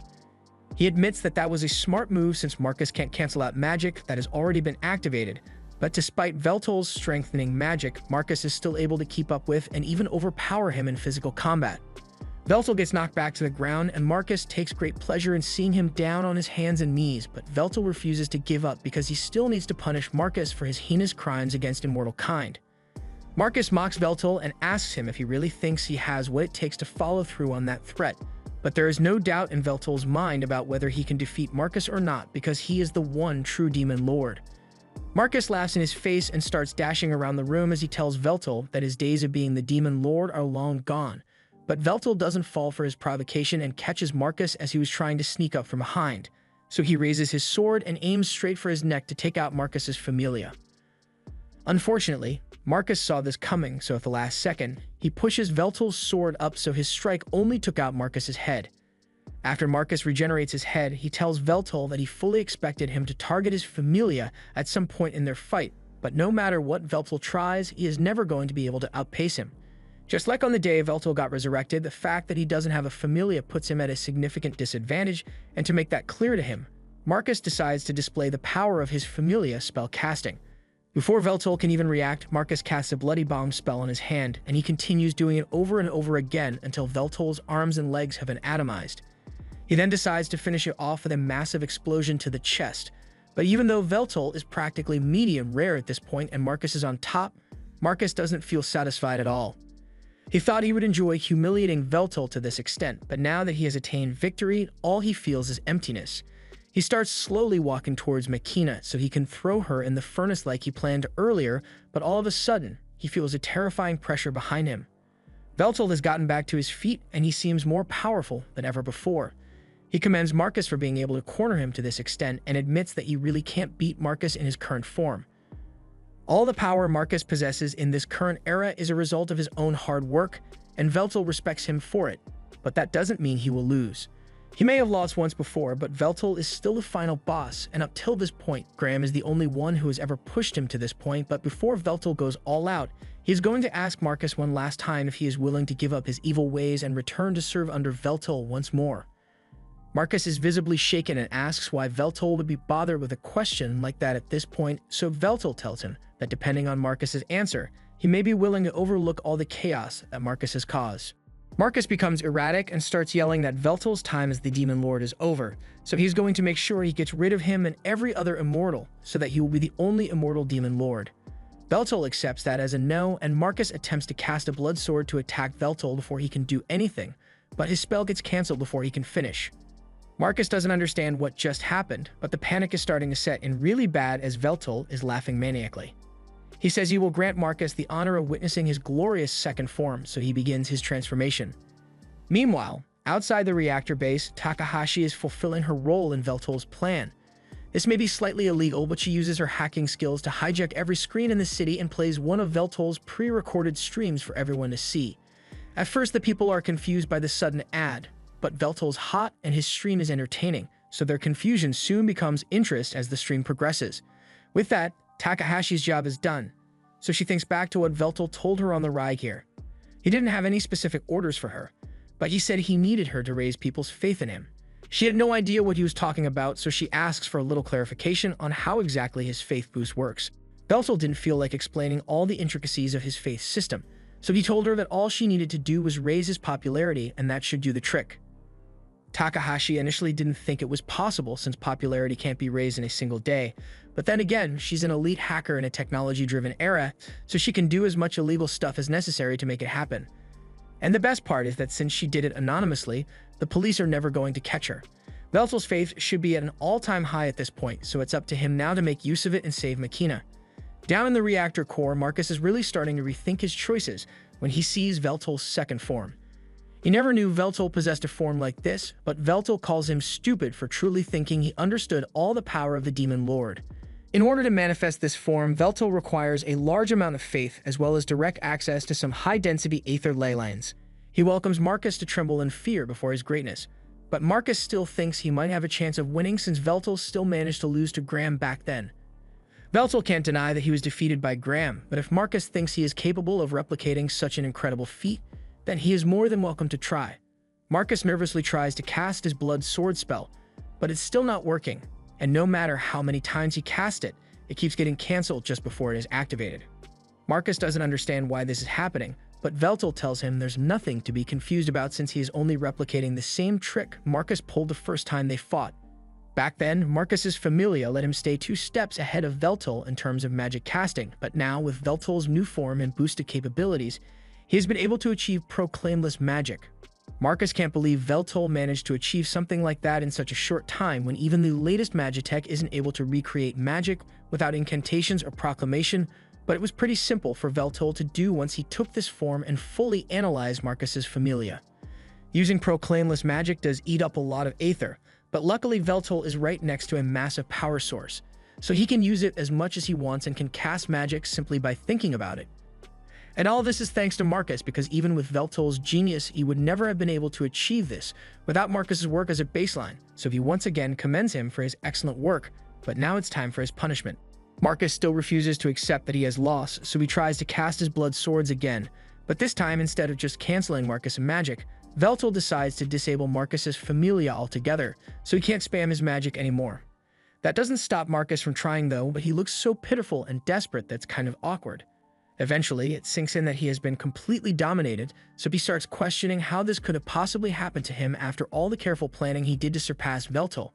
Veltal is getting sick of hearing Marcus whine, so he summons an explosion inside Marcus's mouth to shut him up and tells him to remain silent.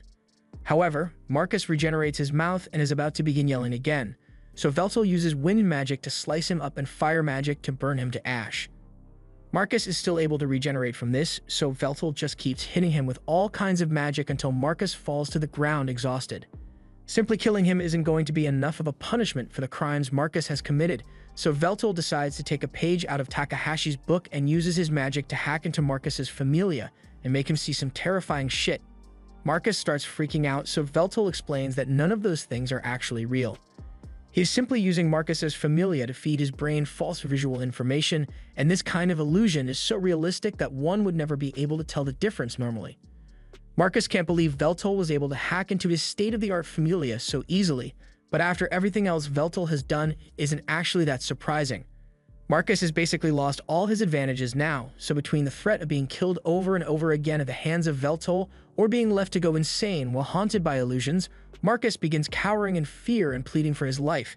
He even swears that he will loyally serve Veltol once more, but Veltol already gave him 2 chances to surrender, and he made it clear that there would be no mercy afterwards, so it's time to get on with Marcus' punishment. He raises his sword and stabs Marcus through the back while he's bowing and then raises his body up. But when Marcus opens his eyes, he realizes that he is being dangled off the immortal furnace, and his terrible fate begins to set in. Marcus asks Veltol if he's really going to drop him in the furnace, and Veltol doesn't hesitate to answer because that's exactly what he plans to do. Marcus tries to talk Veltol out of it since he stands to gain nothing by dropping Marcus in the furnace, but Veltol has very good reasons for wanting to drop Marcus in. 1, his face is annoying, and 2, if Marcus is dropped in the furnace, then it will continue to operate a little while longer, at least long enough for an alternative energy source to be invented. Marcus starts yelling that Veltol is no better than him since he is willing to use the machine that he came here to save Machina from, and while going through with this definitely is morally gray, Veltol isn't called a demon lord because he's a morally upstanding guy.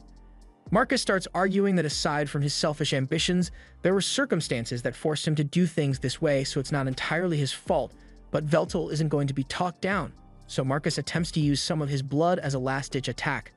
I have no idea why he thought that would do anything though.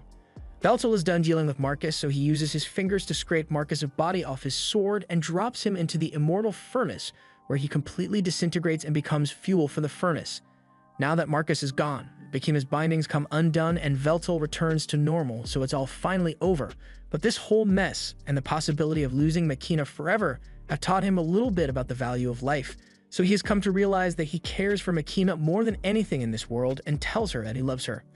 Some time passes, and we see a blonde girl in the school staring out the window because she's bored with her current life. She glances at a couple of girls in her class with Giga Chad jawlines, and the second they catch her looking at them, they begin calling her a loser in every way imaginable, and all without breaking their mewing streak. Just then, the teacher enters the class and tells everyone that they have a couple new transfer students joining their class today, and as she tells the first exchange student to introduce himself, we see Veltol proudly state his name and proclaim that he will leave his mark on this city. If you're wondering how we got here after the incident with Marcus, Veltol and Machina's lives pretty much went back to normal, and Veltol continues with his streaming career. He has just beaten the final boss of his speedrun campaign, and Machina has been cheering for him the whole time from the other room. Now that he is finally done, Veltol gloats over his victory to his viewers because they kept saying there was no way he would win. Although it did take him 3 days of non-stop gaming to finish a 10-hour game, so if he wasn't immortal, he'd probably be dead from sleep deprivation. In any case, his resilience has once again earned him a victory, so Veltol bids his viewers farewell and ends the stream. Now that his stream is finally over, Machina enters Veltol's room and congratulates him for successfully clearing the game, but she asks that he please take a break at least once every 24 hours, because she hasn't gotten to spend any time with him for the past 3 days. Veltol apologizes and says he will make sure to spend some quality time with her, but on a side note, Veltol and Machina no longer living in Machina's rundown apartment, so Veltol's channel must be doing really well. In fact, he has just reached 3 million subscribers, so Machina asks him if he would like to celebrate by going out to eat sushi. Veltol appreciates this sentiment, but he says there's no need to celebrate something as trivial as 3 million subs, because the true milestone is the fact that his power has risen to the point where he can now access his Dark Sword's second form at will. Machina congratulates him on that as well and again asks if he would like to go out for sushi to celebrate, so Veltol asks her if she really wants sushi that badly, but Machina says she doesn't particularly like sushi. Veltol is confused by this, but instead of asking her to explain, he's just going to ignore her statement and go back to talking about his sword's second form. Unfortunately, he doesn't have much of a use for it since his sword's second form was mainly used to execute immortals. Speaking of which, now that Marcus has been dealt with, Veltol thinks it's time for them to start looking for the rest of the immortal dark peers that went missing. The ones who were still missing are Ralsheen, Sewell, and May, and knowing Marcus, he would definitely have bragged about killing them if he had done it, so it's safe to assume that they are still alive somewhere. Veltol asks Machina if she is willing to help him with this arduous task, and she swears that she will do all that she can to make sure they succeed. Now, as for how to find the other Dark Peters, Veltal recalls creating a Dark Peer's record at one point before he was defeated, so he asks Makina if she knows what happened to it. The Dark Peer records have all the mana signatures of the various Dark Peers engraved into it, so it keeps track of their location and activities automatically. However, Makina explains that the records went missing a long time ago, so it's going to be really hard to find them now.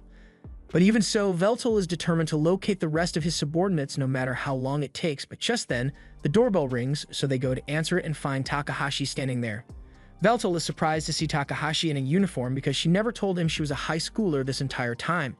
He asks her if it's really alright for her to be doing all those dangerous and illegal jobs of hers when she's still a student, but Takahashi doesn't see anything wrong with it as long as she doesn't get caught. She also mentions that she saw Veltal's stream earlier, so she congratulates him on beating that game even if it did take him 3 days. Veltal is a little worried that his viewers might not like him streaming for so long, but Takahashi assures him that it's not that big of a deal. People usually just listen to long streams as background music, so as long as he posts some highlights every once in a while for those who can't watch the whole thing, he should be fine. She asks what game Veltal plans to stream next, but then there's an awkward silence since he doesn't plan on streaming for a while. Takahashi figures out that there's something Veltal and Makina aren't telling her, so she starts whining about how unfair it is that they would keep secrets from a friend like her. Veltal eventually decides to let her in on the mission and tells her that he is searching for an ancient magical gadget called the Dark Peer Records. Takahashi gets all excited after hearing this, since either means she gets to go on a treasure hunt. She tells Veltal he can rely on her to locate the records, since with her hacking skills, it shouldn't be that hard. She begins searching the internet, but Makina doesn't think it'll be that easy to locate ancient techniques online, and while she may be right, Takahashi has her ways of finding what she needs to know. First, she searches through all the possible locations where the records could be, including collections, museums, and ruins. And after cross-referencing the data, she finally locates the records in Akihabara City. It's one of the satellite cities of Shinjuku, and it's also home to the most prestigious magic academy in the world, Lu-Hesel. The school was founded right after the Immortal War ended, and there are rumors that there's a treasure buried beneath it. But the door to the treasure vault has remained sealed for over 500 years. The timeline of the school's formation lines up with the time the record would have gone missing, so Veltal believes it has to be in that treasure vault. Makina asks if they should bust in there and take the records by force, but Takahashi thinks that plan is way too barbaric. It'd be way easier for them to just sneak in undetected and steal it since Takahashi can disable their security system, but Veltal has an even better idea in mind. If they are going to sneak into a school anyway, why not simply enroll as students and blend in? That sounds pretty fun to Takahashi, so she offers to forge the documents for them, and Veltal officially declares that he will be going to school. The next day, they get their things ready and set out for Akihabara City, but when they finally arrive, Veltal gets stuck at the immigration gate by a robot asking for his ID. However, Veltal has 3 million subs now, so he is outraged that the robot doesn't already know who he is. He was just about to call for a manager, but Takahashi doesn't want to deal with any Karen outbursts from Veltal, so she just shows the robot his identification and drags him away so they can keep heading for the school. Once they leave the station, Veltal's eyes light up because this place looks exactly like Almeith did back in the day, and he feels nostalgic getting to see it again. This city is known for its advanced Magi engineering, so the magical prosthetics sold here are some of the best in the world and perform extraordinarily. Such incredible technology would have been impossible to make during his era. Magical prosthetics are one thing, but for them to be so advanced that it's possible for people to replace their entire body, that's beyond anything he could have imagined. Takahashi tells him that while it may be possible to replace everything, after what happened to David Martinez, people decided to stick to more moderate implants. The group moves on, and eventually, they arrive at the doorstep of the Lu-Hesel Academy, but Veltal is disappointed since this place doesn't match the Almeith aesthetic the rest of the city has. They head inside and meet with Trot Gotel, principal of the Magical Academy, to officially be admitted to the school, but Trot is no ordinary person. She's the leader of one of the 3 great houses in this city, the Gotels, and she pretty much runs half of Akihabara City, so Takahashi isn't sure her forged documents will fool her, so she was totally prepared to pull as much random bullshit as necessary to get Trot to accept them. However, to her surprise, after Veltal tells Trot his name, Trot just accepts their documents without any further questioning. But there is one more thing she's curious about, so she asks why Veltal decided to come to this school. Takahashi was about to make up a lie, but before she could say anything, Veltal answered, saying they came here to take a look inside the treasury beneath the school. Trot then asks why Veltal is interested in the treasury, but Veltal just says that no secrets can escape his keen eye. From there, Trot and Veltal start saying stuff Takahashi can't understand, but by the end of their conversation, Trot accepts that Veltal is just a cool dude who low-key wants to look at the treasury, so she's fine with granting him access. But there's just one problem.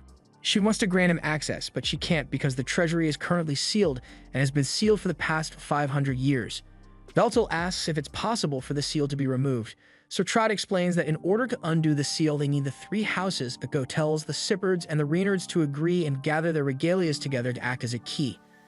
This sword right here is one of the three regalias known as Gotel's Blade, so to undo the seal, Veltal would need to acquire the Sippard's crown and the Reynard's orb.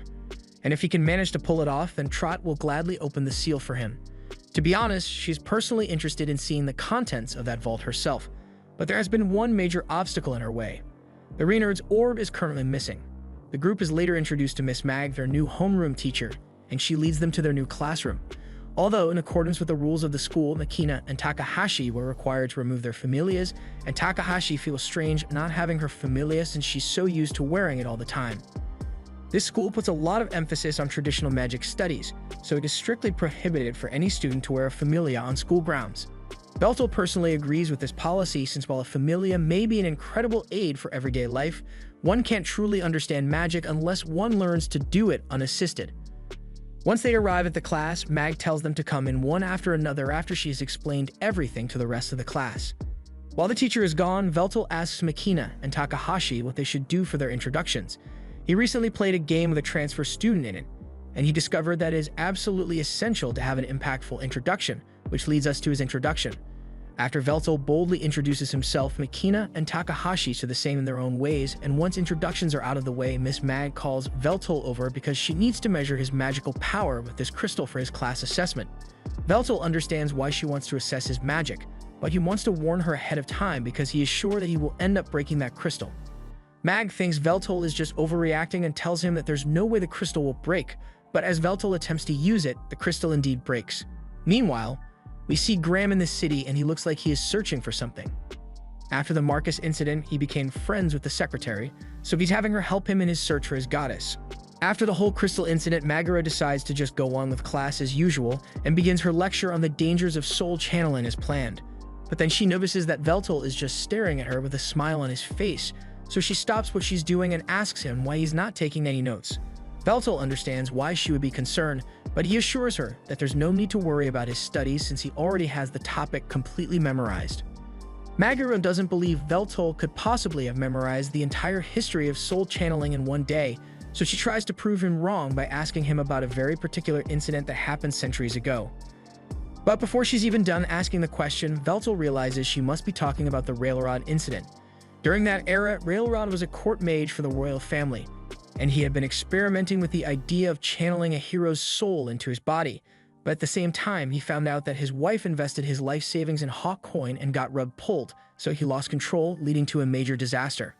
Maguro cuts him off there since it's clear Veltal wasn't joking about having the history memorized, but the way Veltal answered the question got the attention of everyone in class, since he was talking as if he witnessed the event in person. Even the class outcast finds him interesting, but she prefers to stay away from flashy people like him. At lunchtime, Hizuki is sitting alone in the courtyard as usual, and she's still a bit curious about Veltal and his friends since they seem pretty weird, but all of a sudden, she gets confronted by Albert Haygrams, who came over for the sole reason of making fun of Hizuki. He mocks her for being completely talentless when it comes to magic, and tells her she's a disgrace to the Reynard family. However, he doesn't stop with insulting her. He also calls her father a bum, and her elf mother a fool for having a child like her. Now, me personally, I wouldn't let that kind of disrespect slide, and neither does Hizuki, because she slams her hands on her table and tells Albert that she won't allow him to slander the name of her parents like that. Albert doesn't see anything wrong with what he said, so he's about to continue his tirade of insults. But before he can utter another word, Veltal yells for him to be silent. He was peacefully enjoying a bowl of udon, but then Albert came along and ruined it for him with his hypocritical notion of superiority. Albert tells Veltal that he has no right to call him a hypocrite when all he does is play video games to make money. But even if Albert thinks streaming isn't a real job, the fact that he knows about Veltal's channel means he must be one of his viewers, so Veltal thanks him for contributing to his ad revenue. Albert denies being a fan of Veltal's stream and asserts that he is the eldest son of the Haygrams family, so he would never waste his time on something so trivial. But now that Albert mentioned the Hagrams family name, Veltel remembers where he's heard that name before. He had met Albert's ancestor, Ganfel Hagrams, once before on the battlefield, but the second Ganfel saw him, he chose to run away in disgrace rather than die at the hands of Veltel. It seems that Ganfel's cowardice allowed him to survive long enough to create a family, but Veltel never could have imagined that he would get to meet Ganfel's descendants in person. This has put Veltel in a good mood, so he decides to forgive Albert for ruining his Yudan. But he still doesn't understand why Albert was mocking Hizuki when she possesses even more talent than he does. Albert couldn't argue with Veltel for calling his ancestor a coward since it really did happen, but one thing he won't stand for is Veltel saying Hizuki is better than him. The gloves are off now, so Albert formally challenges Veltel to a duel so the two of them settle their differences. And Hizuki is left wondering how things got to this point since she never asked Veltel for his help. In the school stadium, Makina and Takahashi walk up to Hizuki, and Takahashi doesn't know much about Hizuki, but it's clear no one likes her, so she asks what Hizuki did to be treated as such a loser. Hizuki explains that the other students don't like the fact that she is attending this school where she's a failure of a student.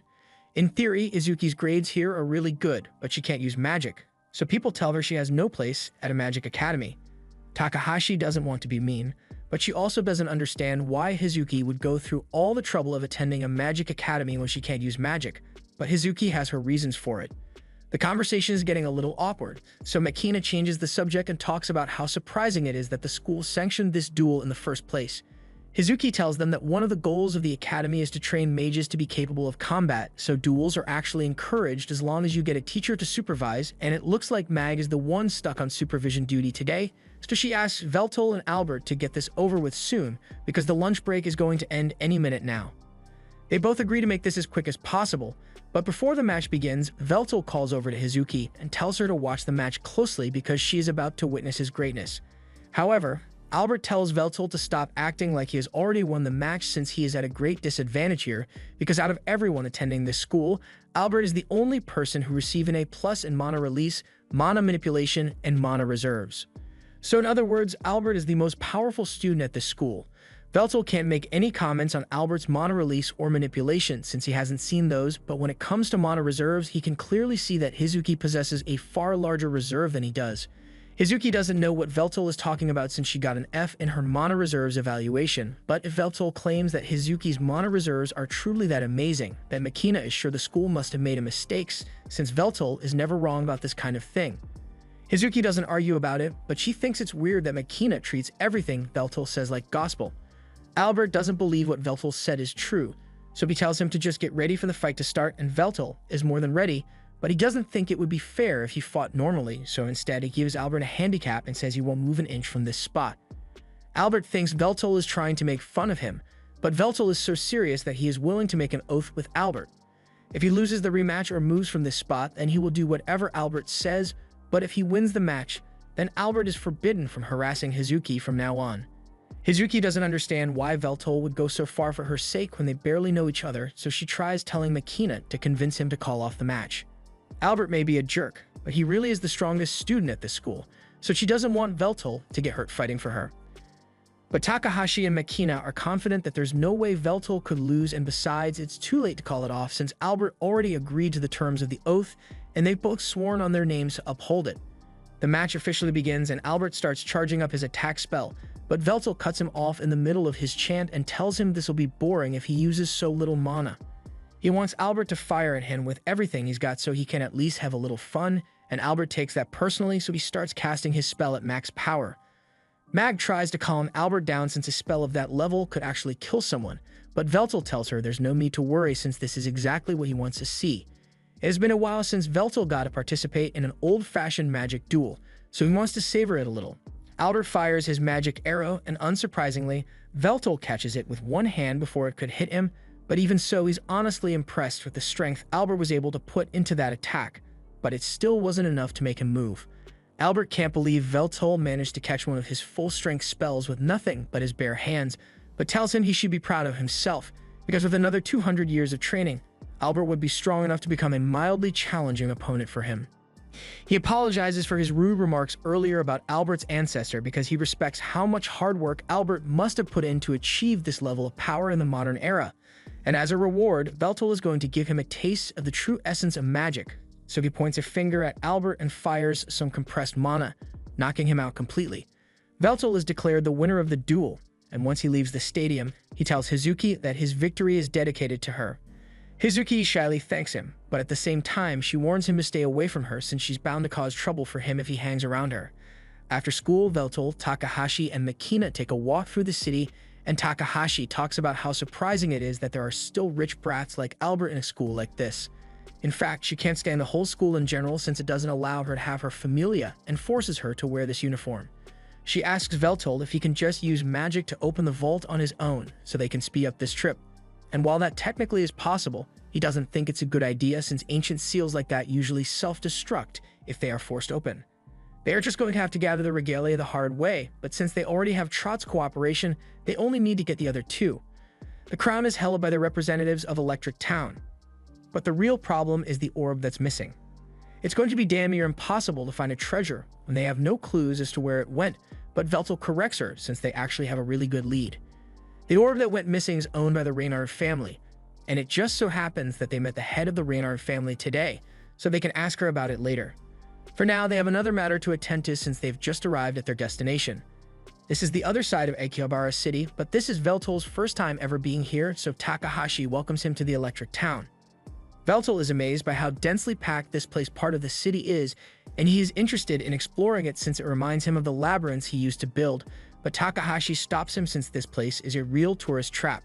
Rumor has it that if you get lost, you could be stuck in there for days and come out broke. That's why Takahashi says they need to have a guide who is familiar with the area, and as luck would have it, Takahashi is a specialist when it comes to gathering information, so she says she knows the perfect place for them to go, a maid cafe. Veltal trusts Takahashi's judgment, but he's starting to worry that this place isn't really the best choice for gathering information about the regalia. But on the contrary, Takahashi assures him that this place is perfect since all kinds of people come here and the maids love to gossip, so it's easy to overhear things. Veltal understands now and apologizes to Takahashi for doubting her since he had thought she just brought them here for fun. But in reality, Takahashi did bring them here solely to have fun. Makina doesn't really mind spending time in a maid cafe, but something she does mind is the fact that the prices here are incredibly high. Takahashi suddenly starts yelling that those prices are necessary to give you the dream experience of being served by cheery maids, but Veltal and Makina don't see what's so special about it since they've lived most of their immortal lives as royalty. That aside, Veltal is still deep in thought over what happened earlier today with Hazuki. She seems like she's purposefully avoiding people, so trying to convince her to talk with them will probably make her avoid them even more. It's a shame since Makina actually likes Hazuki quite a bit because she seems like a good person. Takahashi agrees with Makina, but she is also getting impatient since she wants to enjoy her maid cafe time, so she ends the conversation and uses the request system to call over the maid with the biggest pie. A few seconds later, their maid arrives, but to their utter surprise, the maid turns out to be Hazuki, and she is horrified to see her classmates here. Hazuki never expected to see these three again, much less while dressed like this, but Makina and Takahashi are really happy with the way things turned out. Even Veltal decides to have some fun with the situation and tells Hazuki that he would like to order the same thing as that table over there. He then points to a group receiving the Moe special performance with their meal, and Hazuki is dreading the idea of having to do that in front of her classmates because she'd die of embarrassment. Makina tells her she doesn't have to do it if she doesn't want to, but Hazuki takes pride in her role as a maid, so if it's cute they want, it's cute they're going to get. She heads to the back to the kitchen to get their food ready, and once she returns, she does her best to give them the full maid cafe experience. But the entire time she's internally screaming in embarrassment. Once they are done with their meal, Veltal and the others compliment Hazuki on her excellent service, but since there's no one left in the store now, they tell her she can relax. Hazuki doesn't waste a second and immediately sits down before taking Takahashi's drink to cool off. Getting down to business, Veltal asks to confirm that Hazuki is the head of the Reynard clan and tells her that he needs her regalia. Hazuki asks him why he needs it, so Veltal explains that he wants to unlock the treasure vault beneath the school, so he is gathering all the regalia to do it. Hazuki wouldn't mind helping him, but unfortunately, she tells him she doesn't have the regalia anymore, so she can't give it to him. And because her regalia is lost, the Reynard family is pretty much ruined, so she's just a poor student working a part-time job to survive. Takahashi is a bit curious, so she asks Hazuki why the regalia are so important in the first place, and Hazuki explains that the regalia are objects that serve as proof of the owner's kingship. As she talks about it, her eye suddenly starts to hurt, and Veltal notices this, but Hazuki goes on to finish her explanation. According to her parents, after the hero Graham defeated the demon lord 500 years ago, the goddess Meldia grew very fond of Graham and bestowed upon him the regalia, a large territory, treasures, and her blessing. However, Graham was eventually exiled by the king of the time because he was perceived as a threat. So before he left, Graham handed down the regalia and all his treasures to the man who would become King Lu Xl II, and as time went on, he entrusted the regalia to his 3 sons. His sons found it impossible to share the wealth and power, so instead they formed 3 opposing factions, which are now known as the 3 Great Families. The families, for the most part, don't get in each other's way for the most part, but there is still some lingering resentment among them, which is why they've never come together to unseal the treasure vault. And it's probably never going to happen now since the orb regalia is gone now. She doesn't even know why Veltal bothered asking her about it since he knows it's missing, but Veltal actually had a different reason for wanting to talk to Hizuki. He asks her if she could get him in contact with Cornea Sibbard, and Hizuki thinks it should be easy enough to get Cornea to meet with Veltal as long as she is with them. And since she still owes Veltal a favor for sticking up for her in school, she agrees to get a meeting with Cornea for them. Takahashi is so happy that she starts hugging Hizuki to thank her, but then Hizuki's stomach starts growling since she hasn't eaten anything all shift, so she gets embarrassed. Veltal decides to take her to a different restaurant so she can get something to eat, but he is honestly surprised by how much food Hizuki can eat. But changing the subject, Makina says she is impressed with how easily Hizuki was able to schedule a meeting with Cornea on such short notice, especially considering the fact that he's the most powerful man in the city. Hizuki doesn't think she really did anything special, but she doesn't want to barge in on Cornea with a crowd, so she says she can only bring 1 person with her. Veltal declares that he will be the one to go then. And now that that's been decided, he takes a bite out of one of the meat sandwiches and he loves it. This place is known for their incredible genetically modified meat, although chicken and pork options are really expensive, so most people just stick to the beef. Makina is a little curious and asks Hizuki what kind of meat she's eating since it doesn't look like beef, so Hizuki explains that it's dragon meat. Both Veltal and Makina are a little disturbed by this since one of Veltal's subordinates and Makina's comrade was Silwol the Black Dragon, so they are hesitant to eat meat from the same species as him. Hizuki asks if that means they are too scared to try it, but Veltal and Makina take that as a challenge and immediately take a bite out of 2 dragon meat sticks.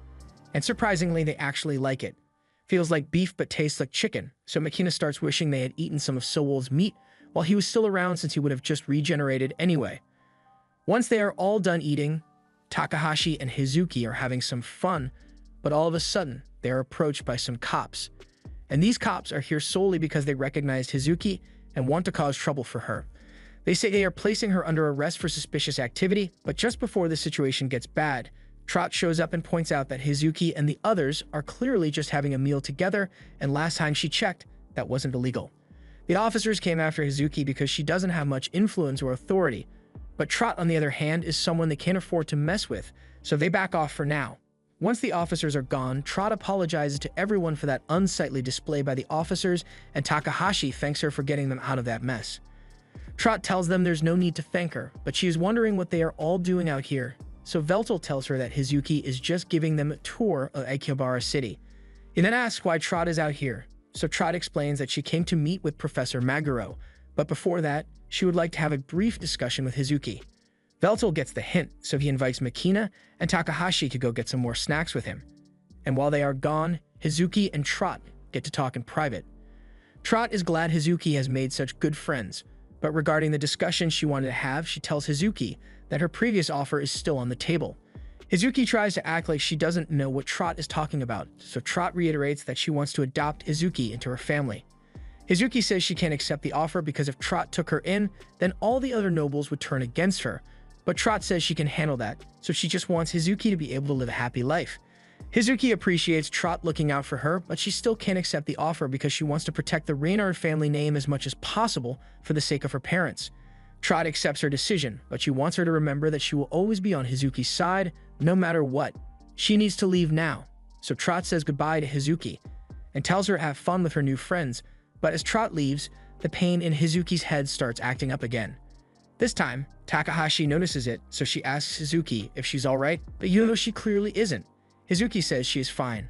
A little while later, Hizuki goes to meet Cornea with Veltal, and the two are introduced to Cornea's assistant Meryl, who says he will take them to Cornea's office, but before that, he needs to do a security check on the two of them.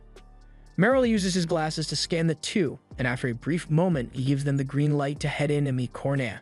Surprisingly, Cornea turns to be a blinged-out goblin, and Veltal voices his astonishment since all the descendants of Lubrixel were elves, so he finds it strange that a goblin is the head of one of the great families. Hizuki tells Veltal to stop talking since he is being rude, but Cornea isn't bothered by Veltal's comments since it isn't normal for a goblin to lead a family of elves. In fact, Cornea used to be a regular old merchant, but he clawed his way up to his current position. His upbringing wasn't great, but he somehow ended up taking care of the former head of the Severed clan, and eventually, before Cornea even knew it, he was adopted into the family. But that's enough about his past for now. Cornea wants to know what Veltal wants from him. Veltal tells him that he wants to ask about the regalia, and Cornea finds that interesting, so he snaps his fingers and summons the crown regalia to show Veltal. The fact that Cornea could summon it so easily makes Veltal think it must be some sort of soul armament, but Cornea corrects him and explains that the crown, as well as the other regalia, were all created from fragments of the goddess Meldia's soul. As such, the regalias can be stored within the user's soul, so unless the user willingly relinquishes it or gets killed, it's never going to leave his side. Veltal asks if that means he can claim the crown if he kills Cornea, and that puts everyone on edge, but Veltal says it's just a prank, bro, so they all calm down. Veltal may have been joking about killing Cornea to get it, but he does need the regalia, so he politely asks Cornea if he'd be willing to let him borrow it. He needs it to open the treasure vault since the item he is looking for might be in there. Normally, Cornea would never agree to something like that, but since Hizuki was the one who brought him here, he decides to trust Veltal a little. However, even if he were to give Veltal the regalia, there would be no point to it. To open the vault, one needs to possess all three regalia, but it also means undergoing the process of becoming this city's true king. Essentially, it would reunite the fragments of the goddess's soul in one body, effectively summoning Meldia. Cornea has something he wants to say to Veltal in private, so he asks everyone besides him to step outside for a moment, and once he is alone with him, he asks Veltal to tell him what his true intentions are. And in exchange, Cornea will tell him everything he knows as well. This is something he doesn't want Hizuki to hear about, so he asks Veltal to keep it a secret, but the orb regalia that went missing is somewhere close by. Cornea can't pinpoint the exact location, but as a regalia wielder, he can sense the presence of the other regalia as long as they are within Akihabara City. He wants Veltal to do him a favor and protect Hizuki to the best of his ability since even though she tries to act tough, she can be surprisingly weak at times. Cornea cares about Hizuki a lot since he owes her father a huge debt, but unfortunately, her father died before he could repay him. So the least Cornea can do is keep the man's daughter safe for him. And regarding the mission orb, according to the records Cornea has of the Reynard family, she inherited it at a young age, so it must be bonded to her soul. And that makes Hizuki the key to finding it. A little while later, Veltal and Hizuki return to Makina and Takahashi, and Veltal is happy to say that he has gotten Cornea's cooperation. Although Cornea technically hasn't given him the crown yet, but he did give Veltal some valuable information, so the meeting was a success, and it's all thanks to Hizuki. Hizuki is a little embarrassed to be receiving so much praise, so she turns away in embarrassment. Since their main objective for the night has been completed, Takahashi asks what they should do now. Makina was thinking of going to buy some Demon Lord comics, and Veltal was thinking of going to an arcade. But Takahashi tells them it was too late to start doing all of that.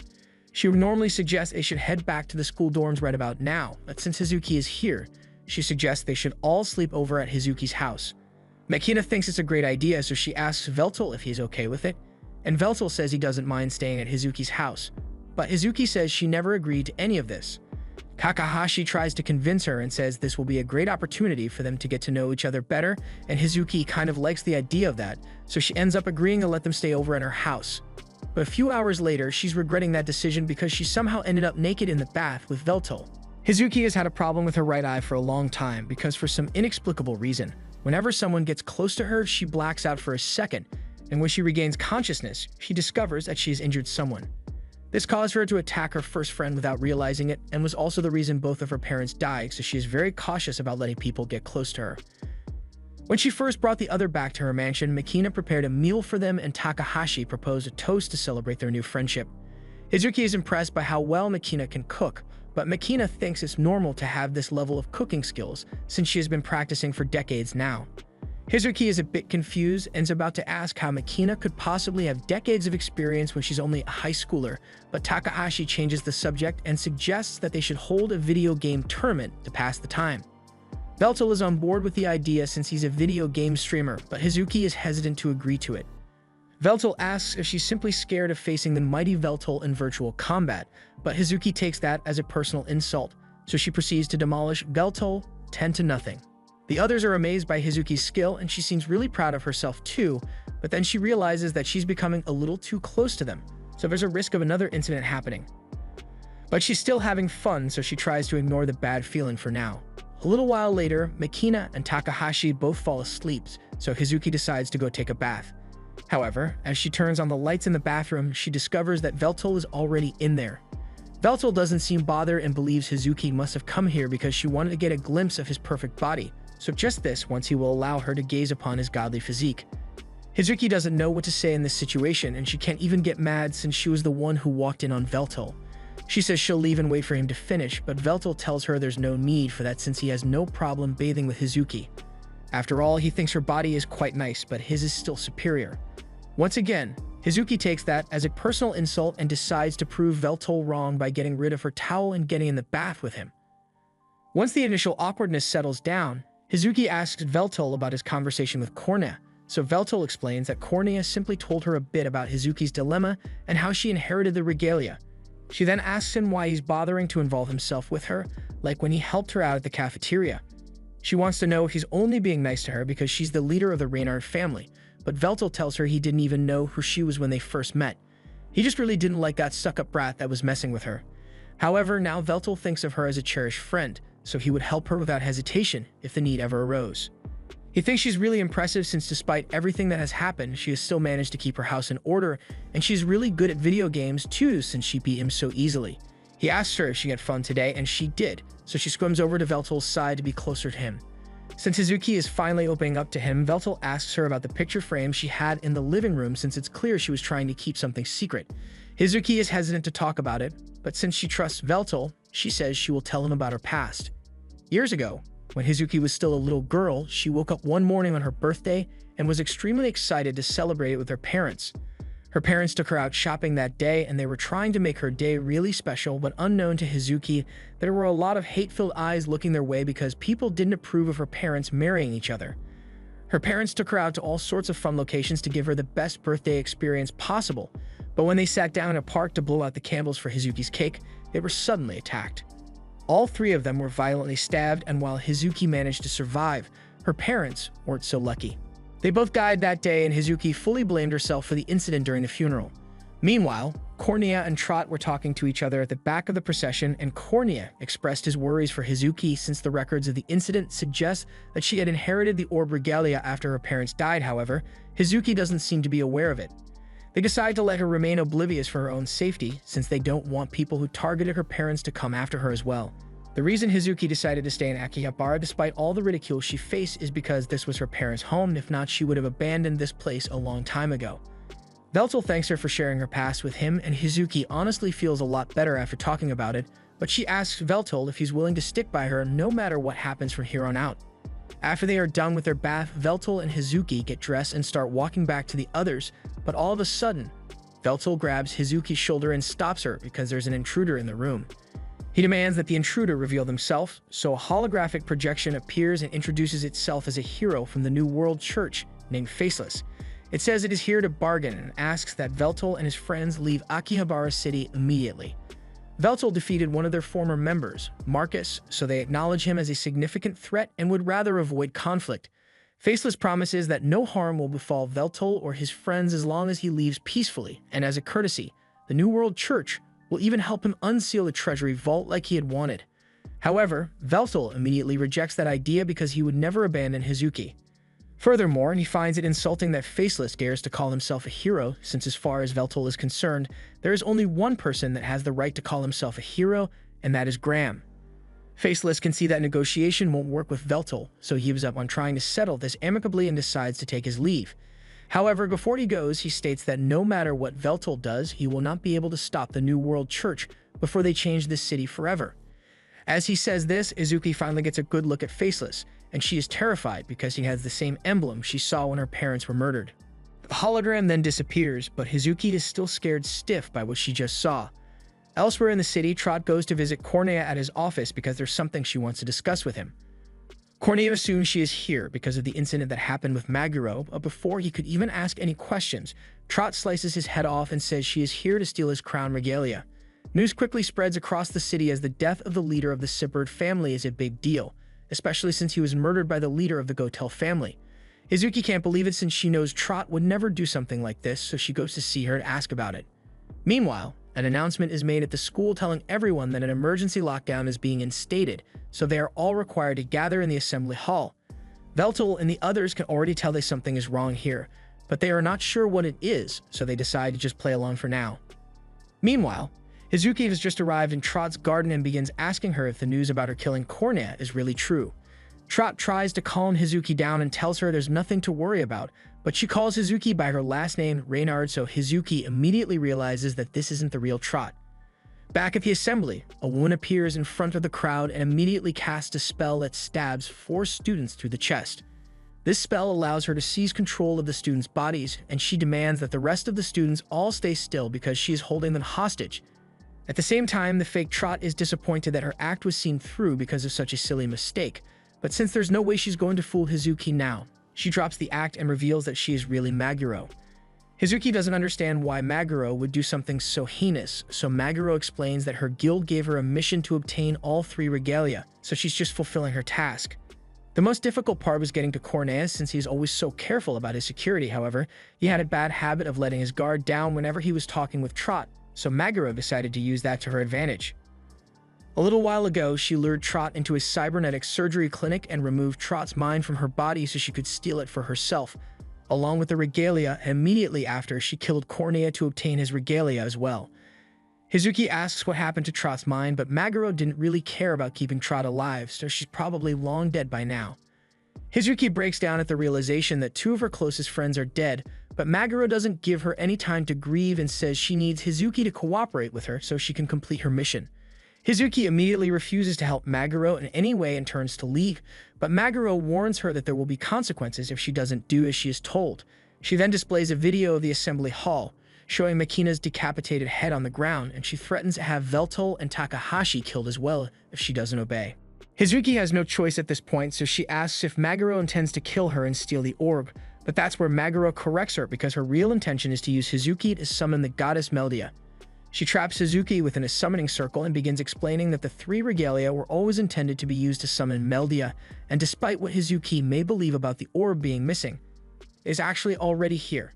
On top of that, the soul of Meldia is here as well and has been for a long time without Hizuki knowing it. During the merging of the 2 worlds, Meldia was meant to disappear since she would no longer be able to maintain herself as a higher being. However, she avoided this fate by lowering the rank of her soul and transferring it to an infant. The reason Maguro knows this is because she was the one who killed Hizuki's parents, and on that day, Meldia's power briefly manifested to fend her off, which is why Hizuki survived. Back at the assembly hall, Veltel grabs Albert by the shoulder and uses telepathy to talk to him. Albert is the most capable student here, so he asks for his help to undo the spell controlling those students at the front. They only get one chance at this, so once Takahashi gives the signal, they cut power to the lights and Veltel uses his physical enhancement to break the spell on 2 of the students, while Albert takes care of the other 2. Makina then takes out the magician holding the students hostage, so everyone here should be safe for now.